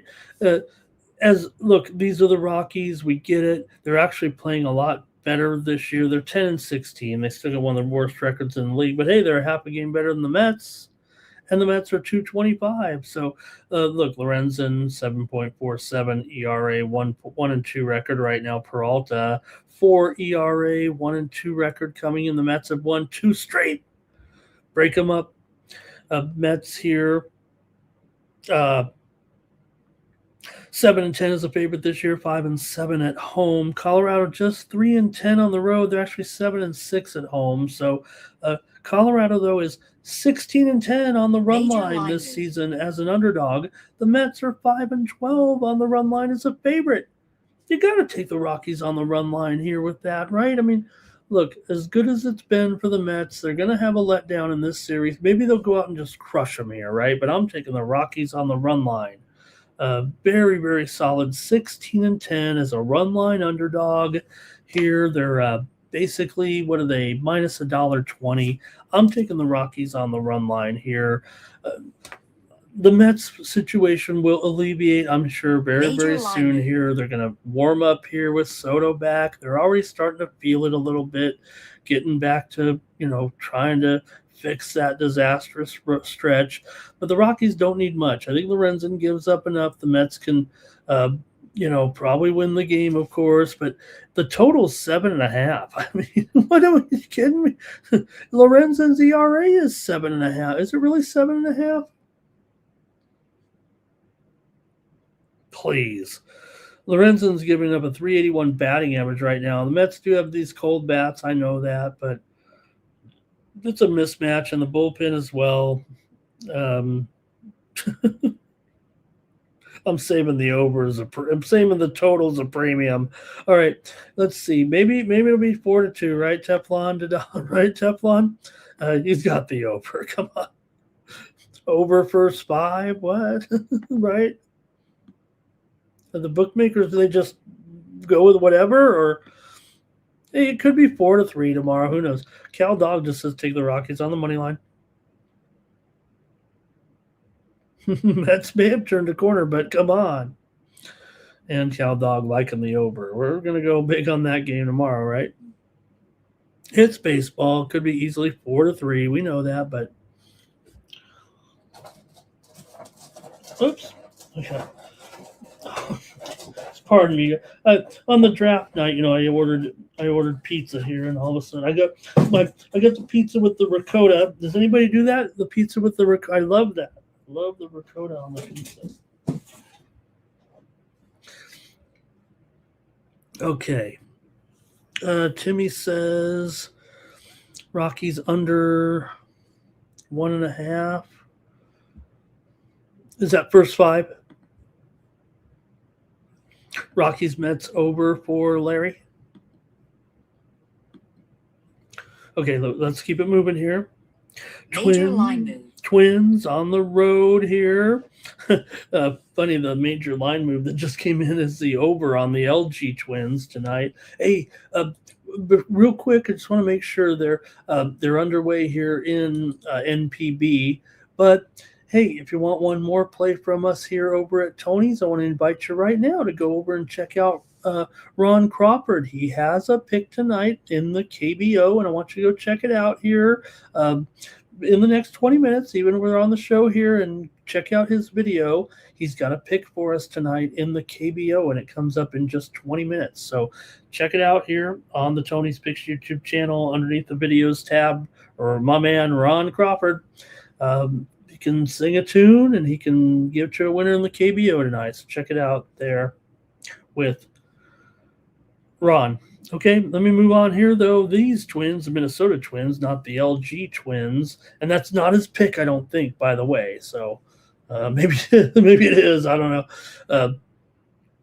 The Twins and Taj Bradley here in this one, going up against the Rays and Rasmussen. Two good pitchers here so far. Bradley's been real strong. 1.62 ERA, 3-0 record. This is the Taj Bradley we've been waiting for. And look who he's up against. He's up against the Rays. Oh, man, he's going to – I would favor Bradley over the hitters of the Rays, and the Rays advantage on Bradley. It's mostly because of Bradley's form. And Rasmussen here, I mean, another good pitcher, right? 2.74 ERA, 1-0 record coming in here. You got to think these guys are going to be dealing here in this one tonight in Tampa. Tampa comes in here right now with a record of 13-11. Minnesota 12-13. I think that's acceptable here at this point. Twins are 10-8 as a dog. Tampa 5-4 at home so far. This season, these two teams have already played a series in Minnesota, and it was the Rays taking 2 of 3 in that one. They outscored Minnesota in that series 15-12, but Minnesota scored 10 runs in their win in the series opener at home, only to see the Rays come back and get the next 2 games overall. These are 2 over teams clearly this season. Now, I say that because you do have these 2 starting pitchers who are very, very sharp. But Minnesota's 14-10 to the over so far this season, and Tampa Bay is 15-8 to the over. However, they are just 5-4 to the over at home. And Minnesota as an underdog is 9-8 to the over. So maybe as a favorite, they're a little bit more to the over. So I'm going with the under in this one. I think these starters, maybe you want to go under first 5. It's not what I do here on the show, but I'll take the under here in this one with the Rays and the Twins, and hope that these starters really do the job here, because I think that's what I'm expecting to have happen, actually. Minnesota actually has lost 6 of their last 7 coming in. Tampa's won 8 of their last 12 overall. Minnesota's gone over in 5 of their last 6 on the road, and Tampa's gone over in 8 of their last 12 at home, dating back to last season. But I think with these 2 starters right now, I think we're going to see it. Hopefully it doesn't get too crazy in the bullpen there, because that's where it could get a little bit loose. But Rasmussen, 0.66 whip is all you need to know. Minnesota's lineup does not have very good numbers here against Rasmussen. I think some of these guys have actually been held in check pretty good by Rasmussen here. You've got some of these guys here in Minnesota's lineup right now. Brooks Lee 0 for 3, Ryan Jeffers 0 for 4, Royce Lewis 0 for 4, Cody Clemens 0 for 4, Josh Bell 1 for 4. So all these guys have seen him and not fared very well against him here. So I'm going to go with the under here in this one. Both starters will be in control. Tampa's bullpen, I keep talking about it. They're trying to improve those numbers here a little bit, but they still are 5.64. I hope we're not that low. That'll cost them in the end, as good as they've been so far, especially with what we've seen so far. Here in the American League East, because don't forget, I mean, you look at right now in the American League East, Tampa, really just 2.5 games back of the Yankees. They look like the number 2 team here right now, with Toronto not looking good, Boston at the bottom, and it's Baltimore in 3rd place. So, okay, give me the under here in this one. What do you guys say in the chat? All right, Larry says, oh, he went the Rockies Mets over. Minnesota and Bradley here for Timmy. Twins are winning. Doesn't like the price, though. Under here for Larry. And Cal Dog is on the Twins. Okay.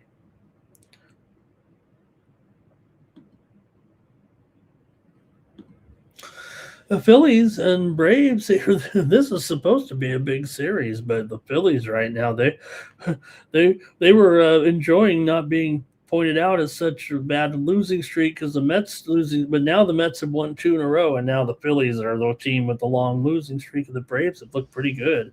Grant Holmes here, 3.41 ERA, 1-1 record for Andrew Painter, 4.4 ERA, 1-1 record here. Not too bad for Painter here. He'll learn, he'll improve. It looks like a great prospect here, but man, the Phillies losing those 4 games in a row to the Cubs right now, a team you're probably supposed to have some success. 9-game losing streak here. They've already lost 4 of their last 5 to Atlanta. They met already back just a couple of weeks ago, a week or 2 ago. Atlanta swept the Phillies to start this losing skid, 9-0, 3-1, and 4-2. Atlanta's 18-8, and the Phillies are 8-17, exactly the opposite. The Braves are getting away from them here at this point, and they're only $1.40 here at home. I don't want to say it's automatic here. The Phillies have got to get hot, in a hurry, hot and heavy. Right now, Atlanta's won 8 of their last 9, 5 of their last 7 at home. 6 straight games between these 2 teams have gone under, including 9 of the last 11 meetings here in Atlanta, and you're looking at a 9. So let's see what you have in the chat. Look, you could take the Phillies here plus $1.20. I mean, they're still going to have a good team. One of these times they're going to come through here, and maybe they could keep rolling here. It doesn't feel like they're just awful. They just are playing poorly in this streak, and not only that, they can't get any base hits, man. What is wrong? These guys are going for the homers all the time, and they're not total strikeout kings, but. All right, Atlanta rolling here. There's not a lot of advantages here against Holmes, it feels like, for the Phillies. And, man, they're just cold, and they got to go on and take on a hot team here.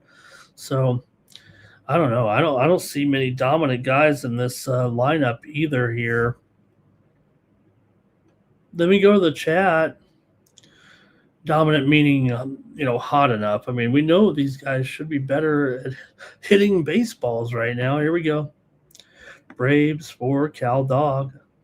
Timmy says you got to go under with the form that these offenses are in right now. It just, especially Philly. I mean, actually, Atlanta's 4-7 to the under at home.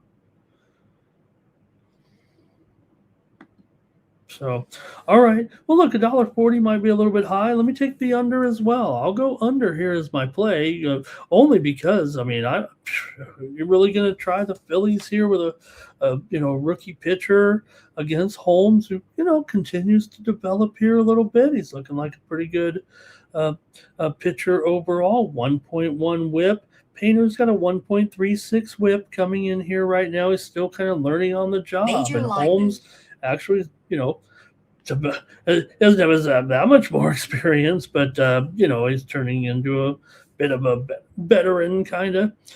Timmy Tushu says the weather is warm and it is blowing out here in Atlanta tonight. Okay, my weather report says it is mid 70s, mid to low 70s, and I'm showing the wind at about 5 miles an hour from right to left. So I might be a little bit off with my AccuWeather forecast. Where's my footy game here?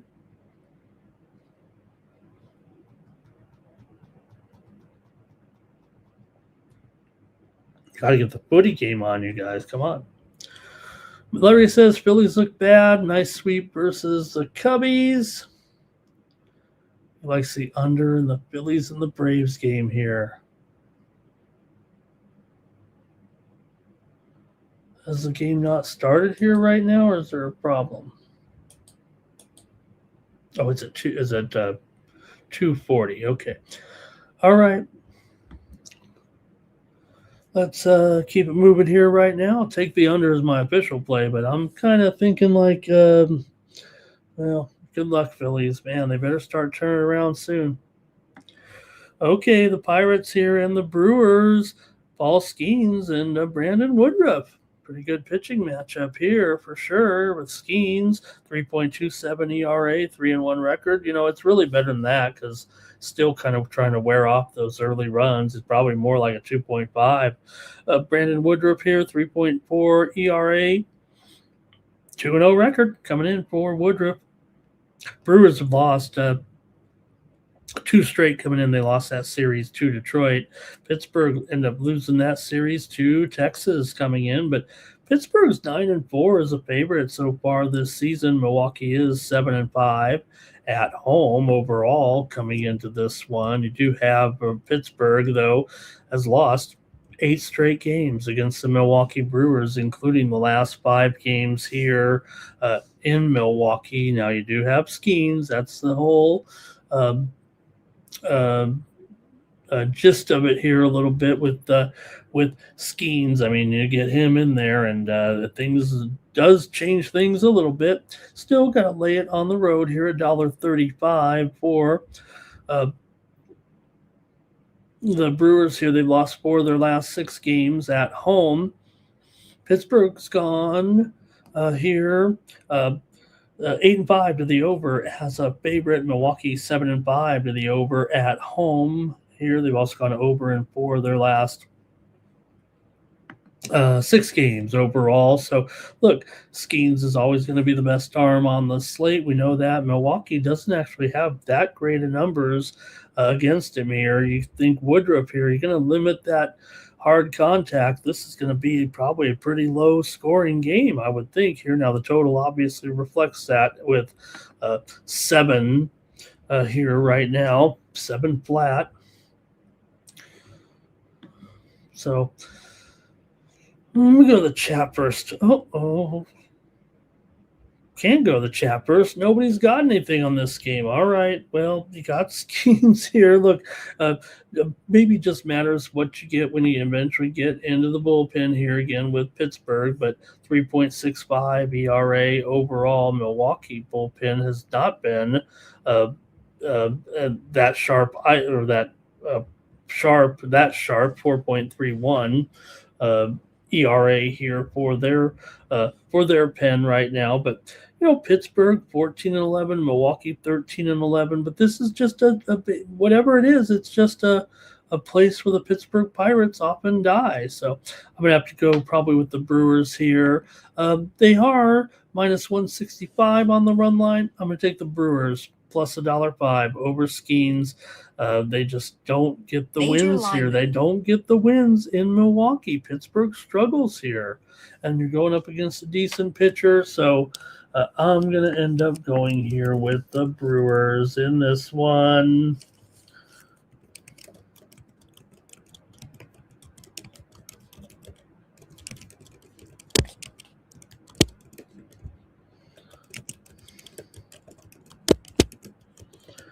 Okay.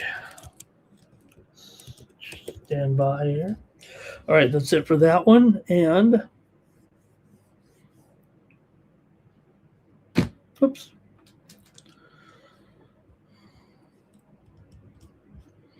All right, we're having a nice ceremony here for the Richmond Melbourne game. This is the tribute game that they have every season where they honor the military. So they have the moment of silence and the ode of remembrance, I think it is, and lighting a flame here. So it's a nice event going on. Being very respectful. Okay, here we go. Under first 5 for Cal Dog. Under first 3 for Timmy Two Major line Shoes. move. Says it's going to be scoreless here for a while when these guys get going. Okay, next up. The Angels are on the road here. You see Kikuchi. Angels just snapped a losing streak with their win in their last game. The Angels were able to knock off Toronto 7-3 a couple of nights ago to end their losing streak. Kansas City, meanwhile, lost their series to Baltimore at home there. So Noah Cameron goes here for the Royals. Cameron, a 5.4 ERA, 1-1 record. Kikuchi, 5.6 ERA coming in, an 0-2 record coming into this one. Royals going to be a slight favorite here, despite the fact that they are 8-17 right now and have lost 9 of their last 10. The Angels are 7-7 on the road so far. 9-13 is the dog, but the Royals are just 6-8 as a favorite. Angels are going under in 7 of their last 10 games overall coming into this one here. These two teams right now, 5 of the last 7 meetings between them have gone under, including also 6 of the last 7 meetings between the two teams here in Kansas City have gone under. But I don't know if these pitchers are going to let that happen. Both of them have been pretty weak here so far. Angels have dropped 4 of their last 5. They're not playing too well either here right now, but at least they're better than these Royals, who have really kind of struggled here so far this season. Royals have gone over in 4 of their last 5 overall and 6 of their last 9 games at home. Angels have gone over in 6 of their last 8 games on the road. Well, these Angel bats have really had some woes, I think, against left-handers here right now. And you got a pitcher like Cameron in here. Maybe he could have some success against him. Obviously, both teams have had kind of weak pitchers here, weak starters going in this one. Kikuchi has a 1.62 whip coming in. So with both starters carrying ERAs north of 5 here, and both bullpens, I mean, they're both sitting bottom tier here, right? I mean, Kansas City last in the league, 6.29. The Angels are about 20th or so, 4.74. I know it's in Kansas City, and sometimes these games are unders here, but man, I've got to think it's going to be an over in this one. Let's see what the chat says here. We do have a few. Maybe here, Angels for Major Cal line Dog. move. Angels all day for Timmy, and Cal Dog likes the under. Uh-oh. I'm going over in this one. Give me the over here with the Angels and the Royals.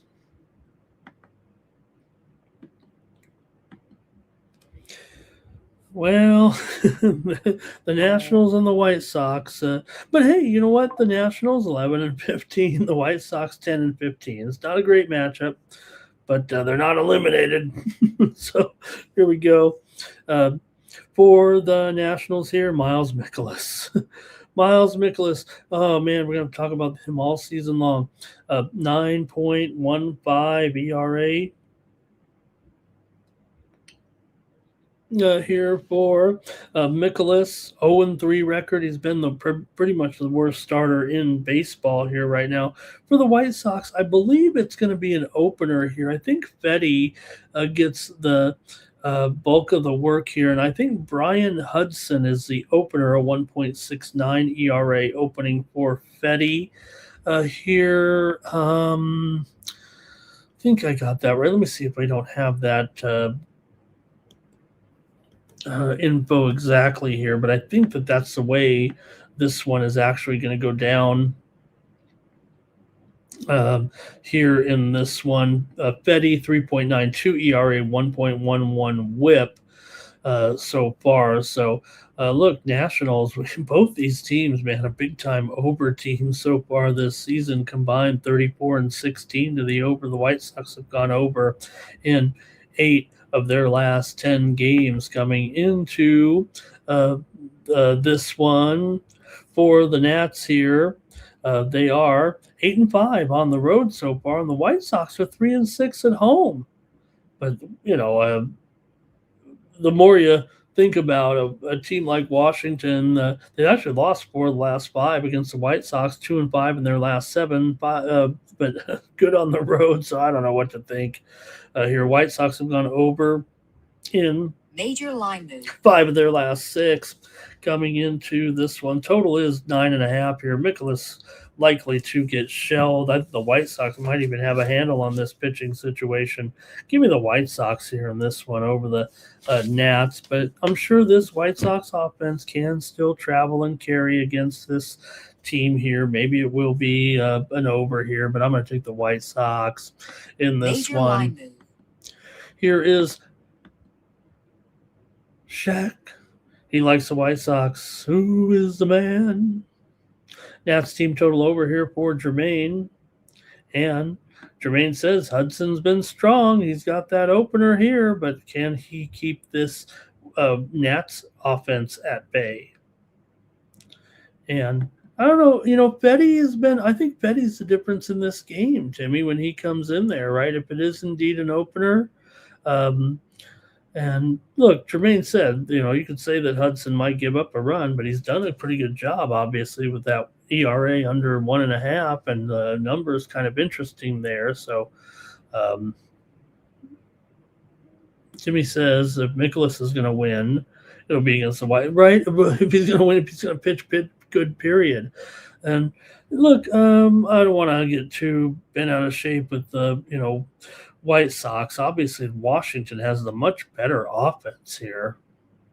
But I'll go ahead and take the White Sox. I'm going to rely on the pitching to get it done eventually here in this game for the White Sox here. Look, their bullpen's bad too, 5.75, but Washington's got a 5.37 ERA. So you got that Washington offense against that White Sox bullpen. They'll have their chance, but I'll say that what will happen is the White Sox advantage from early in the game will be enough.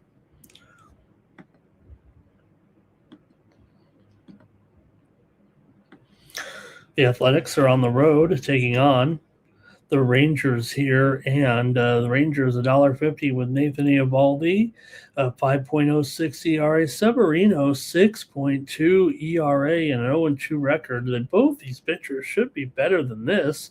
Now we are in Arlington here, so I'm not saying you know what to do. And look, the pitchers have pretty high numbers, but still, here's Texas coming in 1-7 to the under at home so far this season. The A's are 4-10 to the under on the road here so far. Both teams 13-12 coming into this one. The A's have actually won 10 of their last 15 and 7 of their last 8 on the road, but they're 2-8 their last 10 games against Texas. Texas has won 6 of 9 here at home against the Athletics. A's have gone over in 7 of their last 8. 5 of the last 6 meetings between the two teams have gone over, but this is Arlington. Texas has gone under in 7 of their last 8 games coming into this one.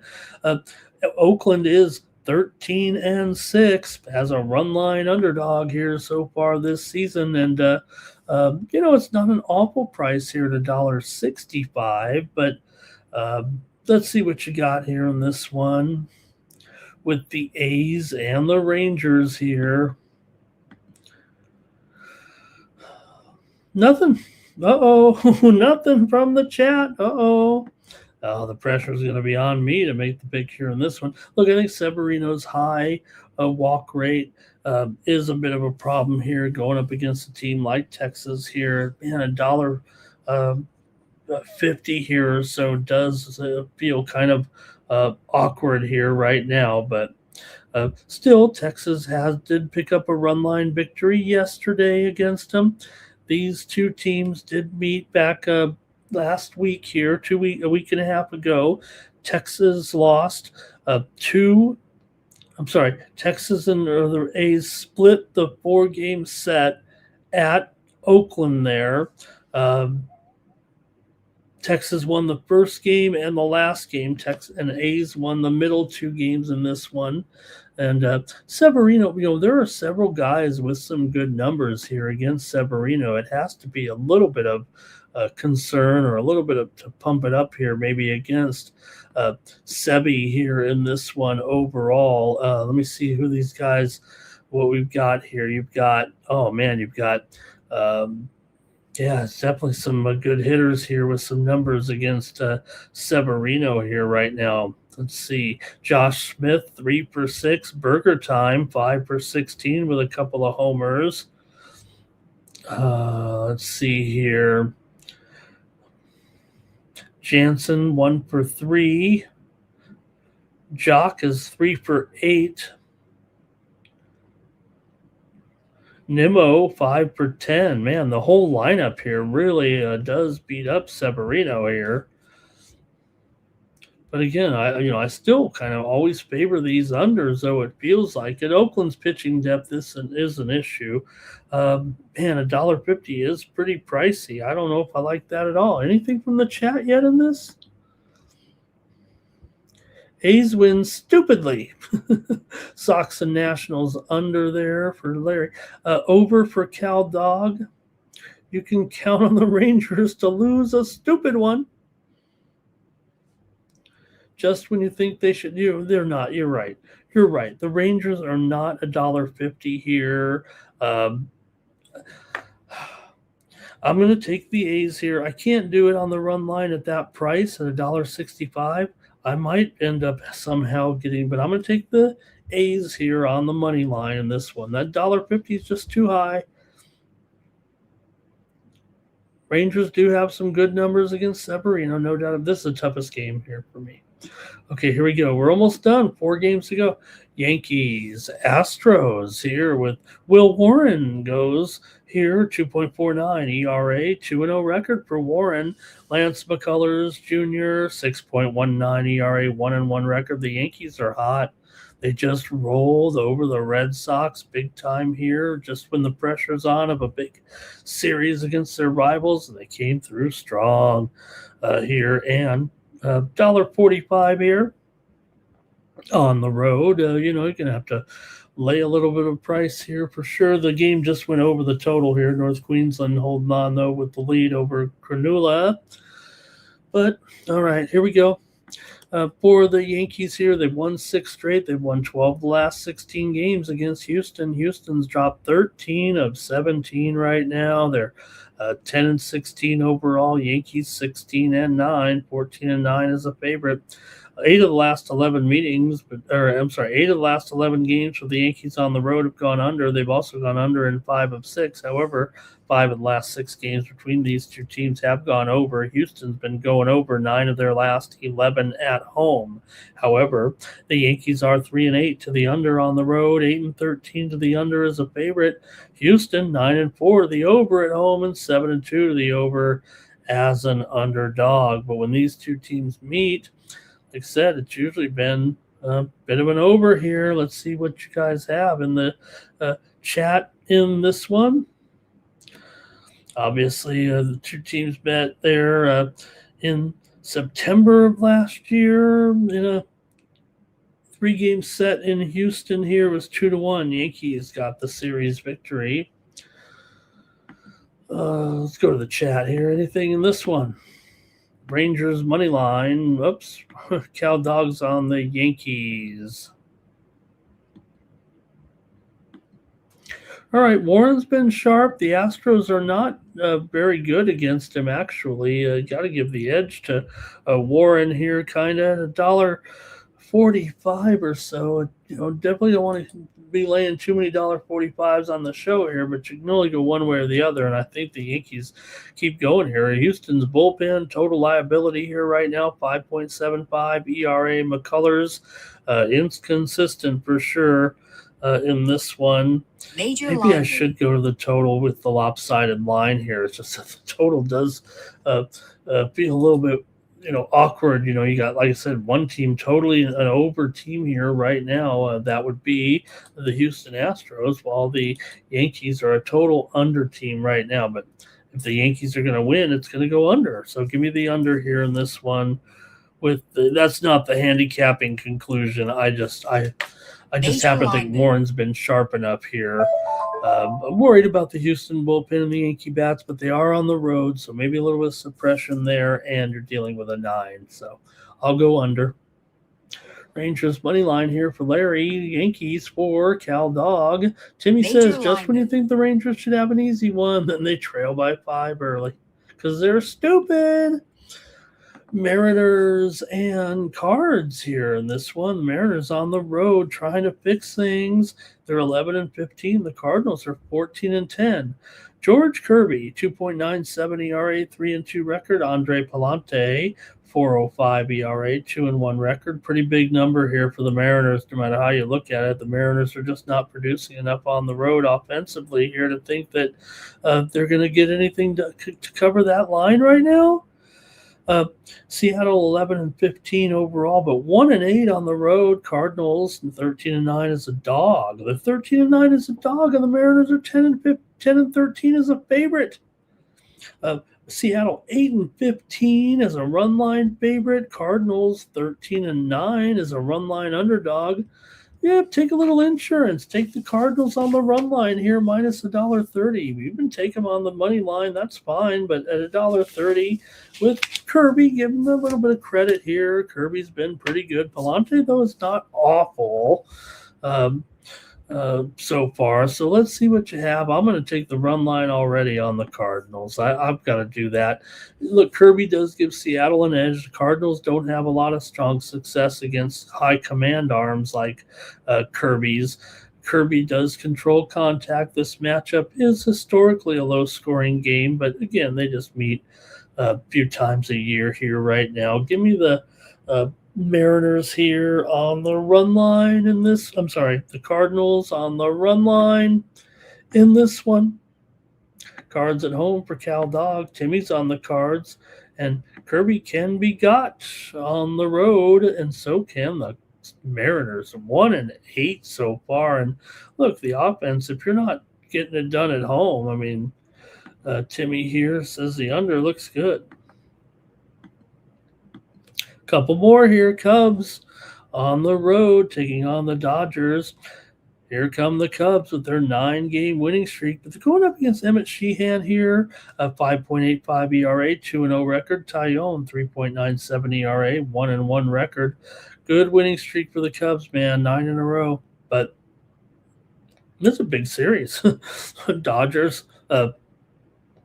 17-8 coming in, 9-3 at home so far. Dodgers 13-12 is a run line favorite. It's got to be considered here with this big spread. Chicago's 5-3 as a run line underdog here. Dodgers are under in 7 of their last 10. Chicago's 6-2 to the over as an underdog here right now, and you got obviously the Dodgers $1.60. Dodgers have won 13 of 19, 5 of their last 6 at home. Cubs have actually won 4 of the last 5 meetings between the two teams. Cubs have gone over in 9 of 12 and over in 6 of their last 7 on the road. 12 of the last 16 meetings between the two teams have gone over, but the Dodgers have gone under in not only 7 of 10. Yeah, 7 of 10, 8 of their last 11 here. This is a big total, man. 9.5 here. We're not in Wrigley. So let's see what you got here. I know the Cubs offense is performing pretty well. And the Dodgers pitching profile may be considered shaky here with Sheehan going, but the Cubs don't necessarily have a dominant. Let me see here what the batting situation is with the Dodgers against Tyone. I don't think they have anything too special here.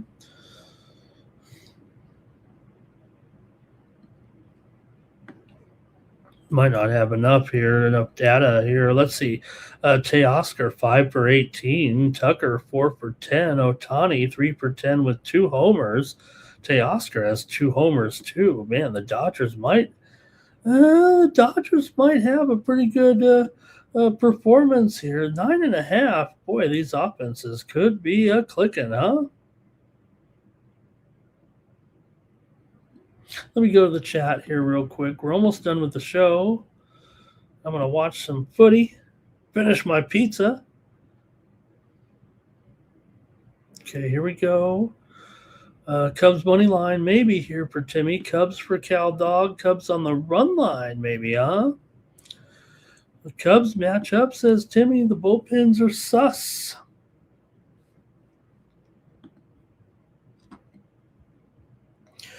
All right, I guess I got to make my call in this one here with the Cubs and the Dodgers. I'm going to go over. Man, that's a lot of runs for me, but I'm going to go over. Give me the over here, 9.5. I'm going to have to do it.